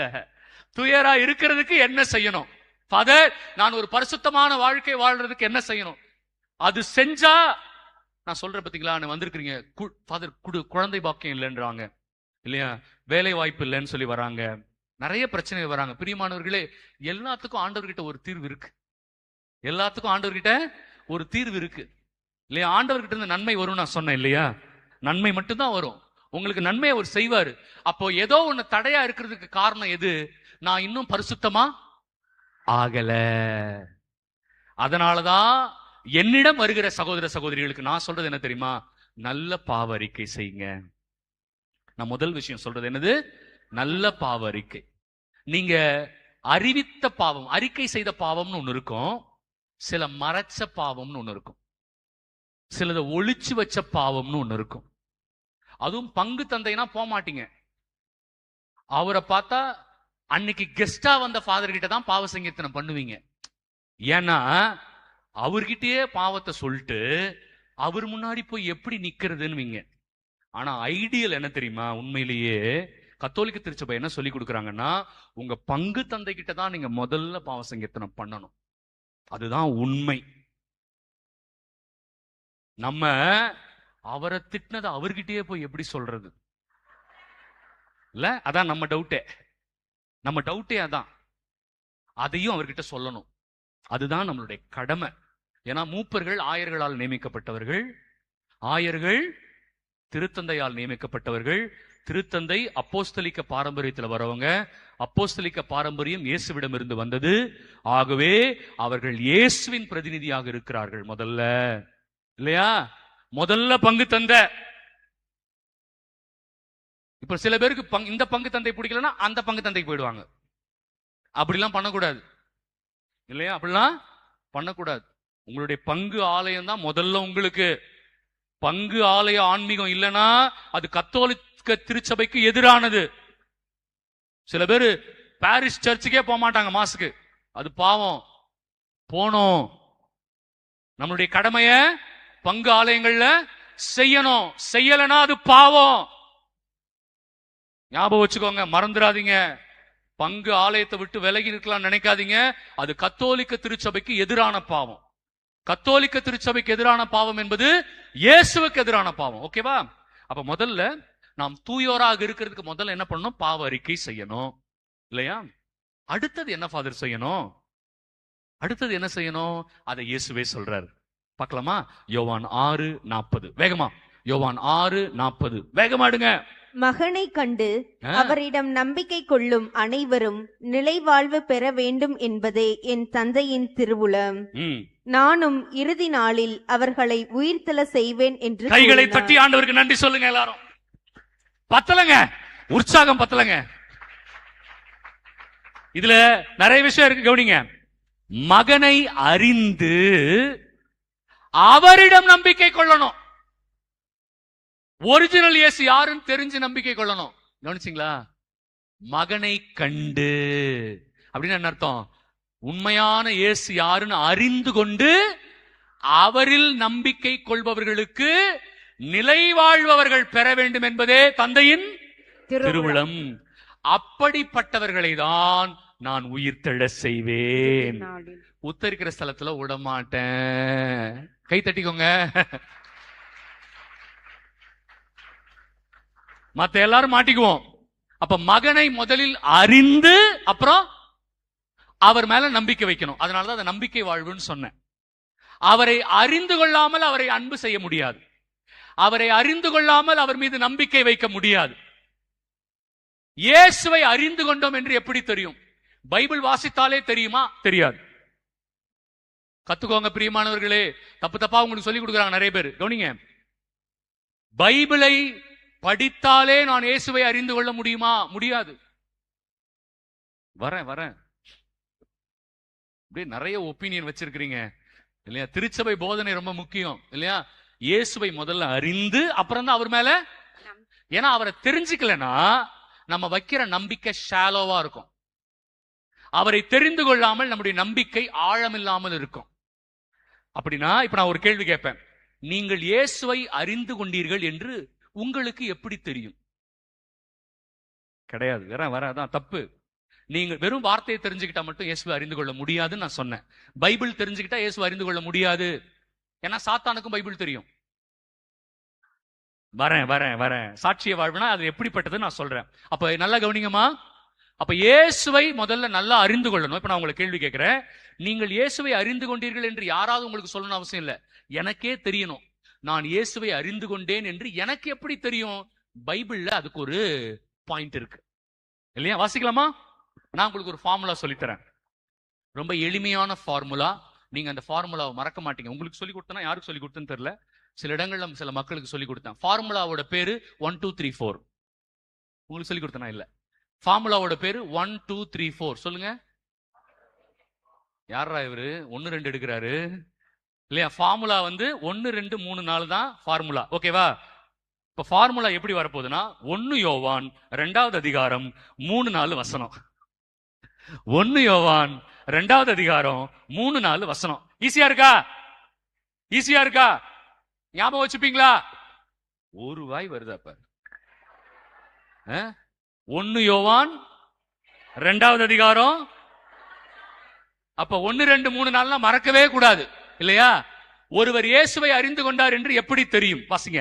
அவருடைய கட்டளைகளை நாம் கடைபிடித்தால் நாம் அவரை அறிந்து கொண்டோம் என்பது உறுதியாக தெரியும். கையை தட்டி நன்றி சொல்லுங்க எல்லாரும். நல்லா கை தட்டுங்க. அங்க ஒரு சகோதரி சொன்னாங்க, ஃபாதர் பைபிள் தெரிஞ்சிருச்சா சாட்சிய வாழ்வா அப்படிலாம் சொன்னீங்களே. உங்களுக்கு ஸ்பெசிபிக்கான ஆன்சர் இங்க இருக்கு. கரெக்டான ஆன்சர் இல்லையா? உங்க ஆன்சருக்குலாம் அதெல்லாம் 2 மார்க் கொஸ்டின். உங்க ஆன்சருக்குலாம் 1 மார்க் கொடுப்பேன். இந்த ஆன்சர் எழுதினீங்கன்னா மட்டும் தான் 2 மார்க். நான் அவருடைய கட்டளைகளை நாம் கடைபிடித்தால் நாம் அவரை அறிந்து கொண்டோம் என்று உறுதியாக தெரியும். ஓகேவா? அப்ப கட்டளையை கடைபிடிக்கலனா அவரை அறிந்து கொள்ள முடியாது. பைபிள் தெரிஞ்சாவே அவரை தெரிஞ்சுக்க முடியாது. பைபிளை கடைபிடித்தால்தான் அவரை அறிந்து கொள்ள முடியும் இல்லையாமா? எஸ். அடுத்த வசனம் 4வது வசனம். அவரை எனக்கு தெரியும் என சொல்லிக்கொண்டு. இதுலதான் நம்மள முக்காவாசி ஆளுங்க இதுல தான் இருக்காங்க. முக்காவாசி ஆள் இந்த கூட்டம் தான். எனக்கு இயேசுவே தெரியும். நான் அவரை ஒரு நாள் ஜெபம் பண்ணும்போது அப்படியே பார்த்தேன். என் முன்னாடி இறங்கி வந்து நின்னாரு, என் தலையில கை வச்சாரு, என்ன அபிஷேகம் பண்ணாருன்னா ரீல் விடுவாங்க. ஆனா கட்டளைய கடைபிடிக்கவே மாட்டாங்க. புரணி பேசுவாங்க, கெட்ட வார்த்தை பேசுவாங்க இல்லையா? தப்பான விஷயங்கள் செய்வாங்க. எல்லாம் செஞ்சுட்டு நான் இயேசுவை பார்த்தேன், எனக்கு இயேசுவே தெரியும், எனக்கு பைபிள் நல்லா தெரியும். Sorry, I am really sorry. நீங்க இவ்வளவு நாள் விட்டது புருடா. நீங்க இவ்வளவு நாள் மக்கள் கிட்ட விட்டது என்னது? புருடா இல்லையா? நீ கட்டளையை கடைபிடிக்காம இயேசுவை அறிந்து கொள்ள முடியாது. யாராவது அவரை எனக்கு தெரியும் என சொல்லிக்கொண்டு அவருடைய கட்டளைகளை கடைபிடிக்காதோ அவருடைய கட்டளைகளை கடைபிடிக்காதவர்கள் பொய்யர். உண்மை அவர்களிடம் இராது. ஃபாதர் எல்லாரும் பைபிளும் கையுமாதான் ஃபாதர் நான் சுத்துவேன். ஒரு நாளைக்கு 4 ஜெபமாலை சொல்லுவேன் ஃபாதர். 2 திருப்பலி பார்ப்பேன் ஃபாதர். அன்பியத்துல அவ மூஞ்சில மட்டும் முழிக்க மாட்டேன் ஃபாதர். எம்மா நீ பண்ணது எல்லாமே வேஸ்ட். நீங்க பண்ணது எல்லாமே வேஸ்ட்டுமா இல்லையா? அவளை மட்டும், அவகிட்ட மட்டும் பேச மாட்டேன் ஃபாதர். 1,00,000 கொடுத்தாலும் பேச மாட்டேன் ஃபாதர். ஆனா 4 ஜெபமாலை சொல்லுவேன் ஃபாதர். பைபிளையே எப்ப பார்த்தாலும் இதயத்துக்கிட்டே வச்சுப்பேன் ஃபாதர். அழுது அழுது ஜெபம் பண்ணுவேன் ஃபாதர். ஜெபத்தையும் கேட்க மாட்டாரு, உங்களுக்கு இயேசுவையும் தெரியாது. கையில பைபிள் வச்சிருக்கிறதுனால இயேசுவை தெரிஞ்சுக்க முடியாது, பைபிள் வாசிக்கிறதுனால இயேசுவை தெரிஞ்சுக்க முடியாது. பைபிள் வசனங்களை கடைபிடித்தால் மட்டுமே நீங்கள் இயேசுவை அறிந்து கொண்டீர்கள் என்று உறுதியாய் உங்களுக்கு தெரியும். அது வரைக்கும் உங்களுக்கு தெரியாது. நீங்க தெரிஞ்சதா சொல்லிப்பீங்க, அவரை எனக்கு தெரியும்னு நீங்க சொல்லிக்கலாம். ஆனா உங்களை இயேசு எப்படி பார்க்கிறார் தெரியுமா? பொய்யராக பார்க்கிறார். பாத்தீங்களா? நம்மளை இயேசு எப்படி பார்க்கிறாரு? பொய்யர். அவருடைய கட்டளைகளை நாம கடைபிடிக்கலாம், இயேசு நம்மளை எப்படி பார்க்கிறாரு? பொய்யராக பார்க்கிறார். அதனால சும்மா பைபிள் வைக்கிறதுனால, சும்மா ஜெபம் பண்றதுனால, திருப்பலிக்கு போயிட்டதால, நவநாள் ஜெபங்கள் சொல்றதுனால எனக்கு இயேசுவை தெரியும்னு தயவு செய்து வாயை திறந்து யாரும் நம்ம சொல்லவே கூடாது. நம்ம அவருடைய கட்டளைகளை கடைபிடித்தால் மட்டும்தான் அவரை எனக்கு தெரியும் என்று உறுதியாய் சொல்ல முடியும். அப்படி தெரியும்னு சொன்னா அவங்க பொய்யர்கள், அவர்களிடம் உண்மை இராது. அவங்க கிட்ட என்ன இருக்காது? உண்மை இராது. ஃபாதர், அப்படிப்பட்டவங்க போதிச்சா? அந்த மாதிரி ஆளுங்க எல்லாம் போதனை எல்லாம் செய்யறாங்களே ஃபாதர், அவங்க வாயிலிருந்து வர்றது உண்மை இல்லை. அவங்க வாயிலிருந்து வர்றது என்னது? உண்மை இல்லை. ஏனென்றால் அவர்களிடம் என்ன இருக்காது? உண்மை அவர்களிடம் இருக்காது. இன்க்ளூடிங் ஃபாதர் அருள்மணி சேர்த்தான் சொல்றேன், என்னையும் சேர்த்தான். நான் அடிக்கடி இதை ஞாபகப்படுத்திக்கிட்டே இருப்பேன். நான் அடிக்கடி எனக்கு சொல்லிக்கிட்டே இருப்பேன், சரியா இருக்கணும். சரியா இல்லாத வரைக்கும் என் போதனை கடவுளுடைய வார்த்தையை சொல்ல முடியாது இல்லையா? நான் கடவுளுடைய கட்டளையை கடைபிடிச்சுக்கிட்டே இருக்கணும். அப்பதான் நான் யாருடைய வார்த்தையை சொல்ல முடியும்? கடவுளுடைய வார்த்தையை சொல்ல முடியும். ஃபாதர், அப்போ கடவுளுடைய கட்டளைகளை கடைபிடிக்க நான் என்ன ஃபாதர் செய்யணும்? அப்பதானே என் கட்டு அகலும், அப்பதானே என் துன்பம் மறையும், எல்லாமே நல்லா இருக்கும், ஆசீர்வாதமா இருக்கும். நான் என்ன ஃபாதர் பண்ணணும்? After the break. Father tension ஆயிடுறதுக்குள்ள முன்னாடி நானே முடிச்சிட்டா நல்லது இல்லையா? எல்லாம் எந்திரிச்சு இல்லைங்க, ஒரு பாட்டு பாடிடலாம் தம்பி, எந்திரிங்க எல்லாரும். அனௌன்ஸ் பண்ணிடுறீங்களா? வாங்க, நீங்க பண்ணிடுங்க. இல்ல எனக்கு தெரியாது, நீங்க அனௌன்ஸ் பண்ணிடுங்க, அப்புறம் ஒரு பாட்டு. அன்பிற்குரியவர்களே, இப்பொழுது இந்த நற்செய்தி பெருவிழாவிற்கான காணிக்கையானது எடுக்கப்பட இருக்கிறது. அதனை கடந்து நாம் மதிய உணவு இடைவேளைக்கு செல்ல இருக்கிறோம். சரியாக 1:15 மணிக்கு மீண்டுமாக நம்ம இந்த கூடாரத்தில் கூடுறோம். 1:15 மணி முதல் 1:30 மணி வரை இறை புகழ்ச்சி. அதனைத் தொடர்ந்து 1:30 மணி முதல் 2:30 மணி வரை இறைவார்த்தை பகிர்வு. ஃபாதர் சொன்னது போல இறைவார்த்தை பகிர்வு நடக்கும். 2:30 மணி முதல் 3:15 மணி வரை குணமளிக்க அபிஷேக ஆராதனையானது தந்தையவர்களால் வழிநடத்தப்படும். 3:15 மணி முதல் 4:30 மணி வரை திருப்பலியோடு நற்செய்தி பெருவிழா நிறைவு பெறும். ஆகவே இறை மக்கள் எல்லா நிகழ்வுகளிலும் நம்பிக்கையோடு பங்கெடுக்கும்படியாக உங்களை நான் அன்போடு வேண்டுகின்றேன். பொழுது அனைவரும் எழுந்து நிற்போம். நம்முடைய காணிக்கையில் நம்முடைய கரத்தில் நாம் எடுத்துக்கொள்வோம். கொஞ்சம் காணிக்கை எடுக்காதீங்கம்மா, இருங்க. எல்லாரும் எழுந்து நில்லுங்க. நம்முடைய காணிக்கைகளை கரத்தில் எடுத்துக்கொள்வோம். கண்களை மூடுவோம். சில மணித்துளிகள் கடந்த வாரம் முழுவதும் ஆண்டவர் நமக்கு செய்த எல்லா நன்மைகள், ஆசீர்வாதங்கள் அனைத்திற்கும் நன்றி செலுத்துவோம்.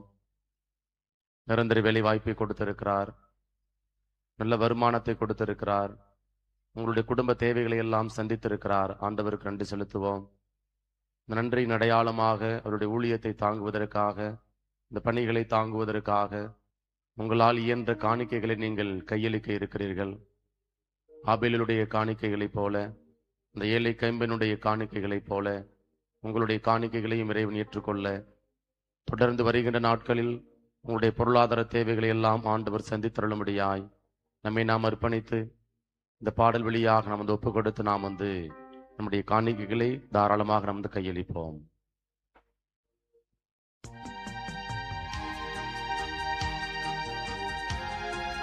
என்ன பாடுப்பா? உகந்த காணிக்கையாய். ஓகே.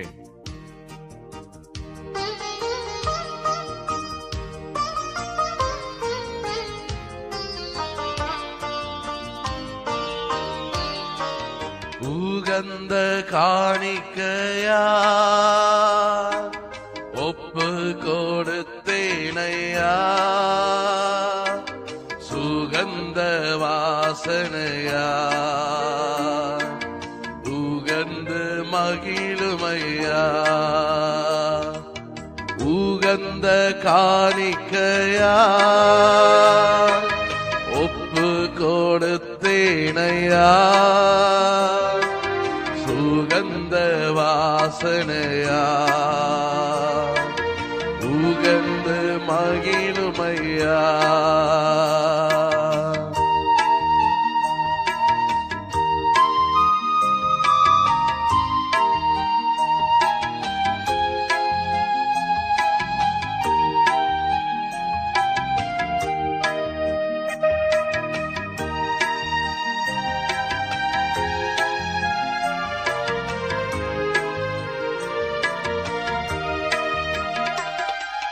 தகப்பனே உன் பீடத்தில் தகன பலியானே தகப்பனே உன் பீடத்தில் தகன பலியானே அக்கினி இறக்கிவிடும் முற்றிலும் எரித்து விடும் அக்கினி இறக்கிவிடும் முற்றிலும் எரித்துவிடும் உகந்த காணிக்கையா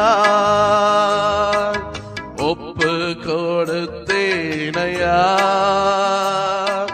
சுகந்த வாசனையா உகந்து மகிழுமையா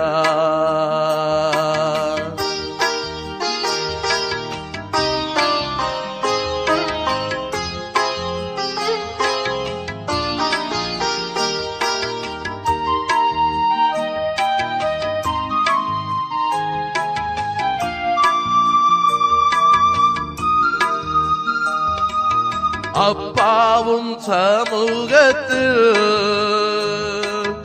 ஆர்வமாய் வந்தேனையா சேர்ந்து பாடுவோமா அப்பாவும் சமூகத்தில்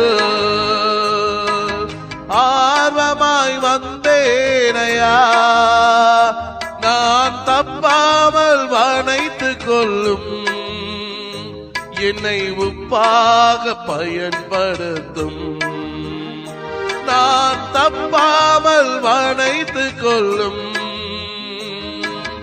உப்பாக பயன்படுத்தும் எல்லாருமே சேர்ந்து வாய் திறந்து பாடுவோம் உகந்த காணிக்கையா அர்ப்பணித்து சேர்ந்து பாடுங்க ஒப்பு கொடுத்தேனையா நன்றி ஆண்டவரே உகந்த வாசனையா உகந்து மகிழுமையா ரெண்டு கரங்களை உயர்த்தி சொல்லுங்க உகந்த காணிக்கையா வாய் திறந்து பாருங்க ஒப்பு கொடுத்தேனையா சுகந்த வாசனையா நுகந்து மகிழுமையா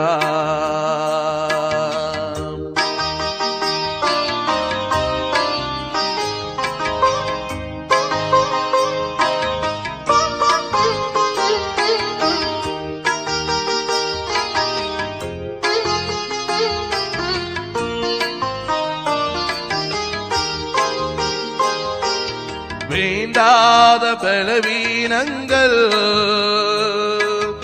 ஆண்டவா முன்வைக்கின்றேன் ஒப்பு கொடுங்க வேண்டாத பலவீனங்கள் ஆண்டவா முன்வைக்கிறேன் மீண்டும் தலை தூக்காமல் மாண்டு மடியட்டுமே ஆமென் ஆண்டவரே மீண்டும் தலை தூக்காமல் மாண்டு மடியட்டுமே ரெண்டு கரங்களை உயர்த்தி ஒப்பு கொடுத்து பாடு உகந்த காணிக்கையா அப்பா ஒப்பு கொடுத்தேனையா. ஆமென். சுகந்த வாசனையா முகர்ந்து மகிழுமையா. ஒரு நிமிஷம் நல்லா சத்தமா பாடுங்க. உகந்த காணிக்கையாய் ஒப்பு கொடுத்தேனையா. எல்லாருமே பாடுங்க. சுகந்த வாசனையா முகர்ந்து மகிழுமையா.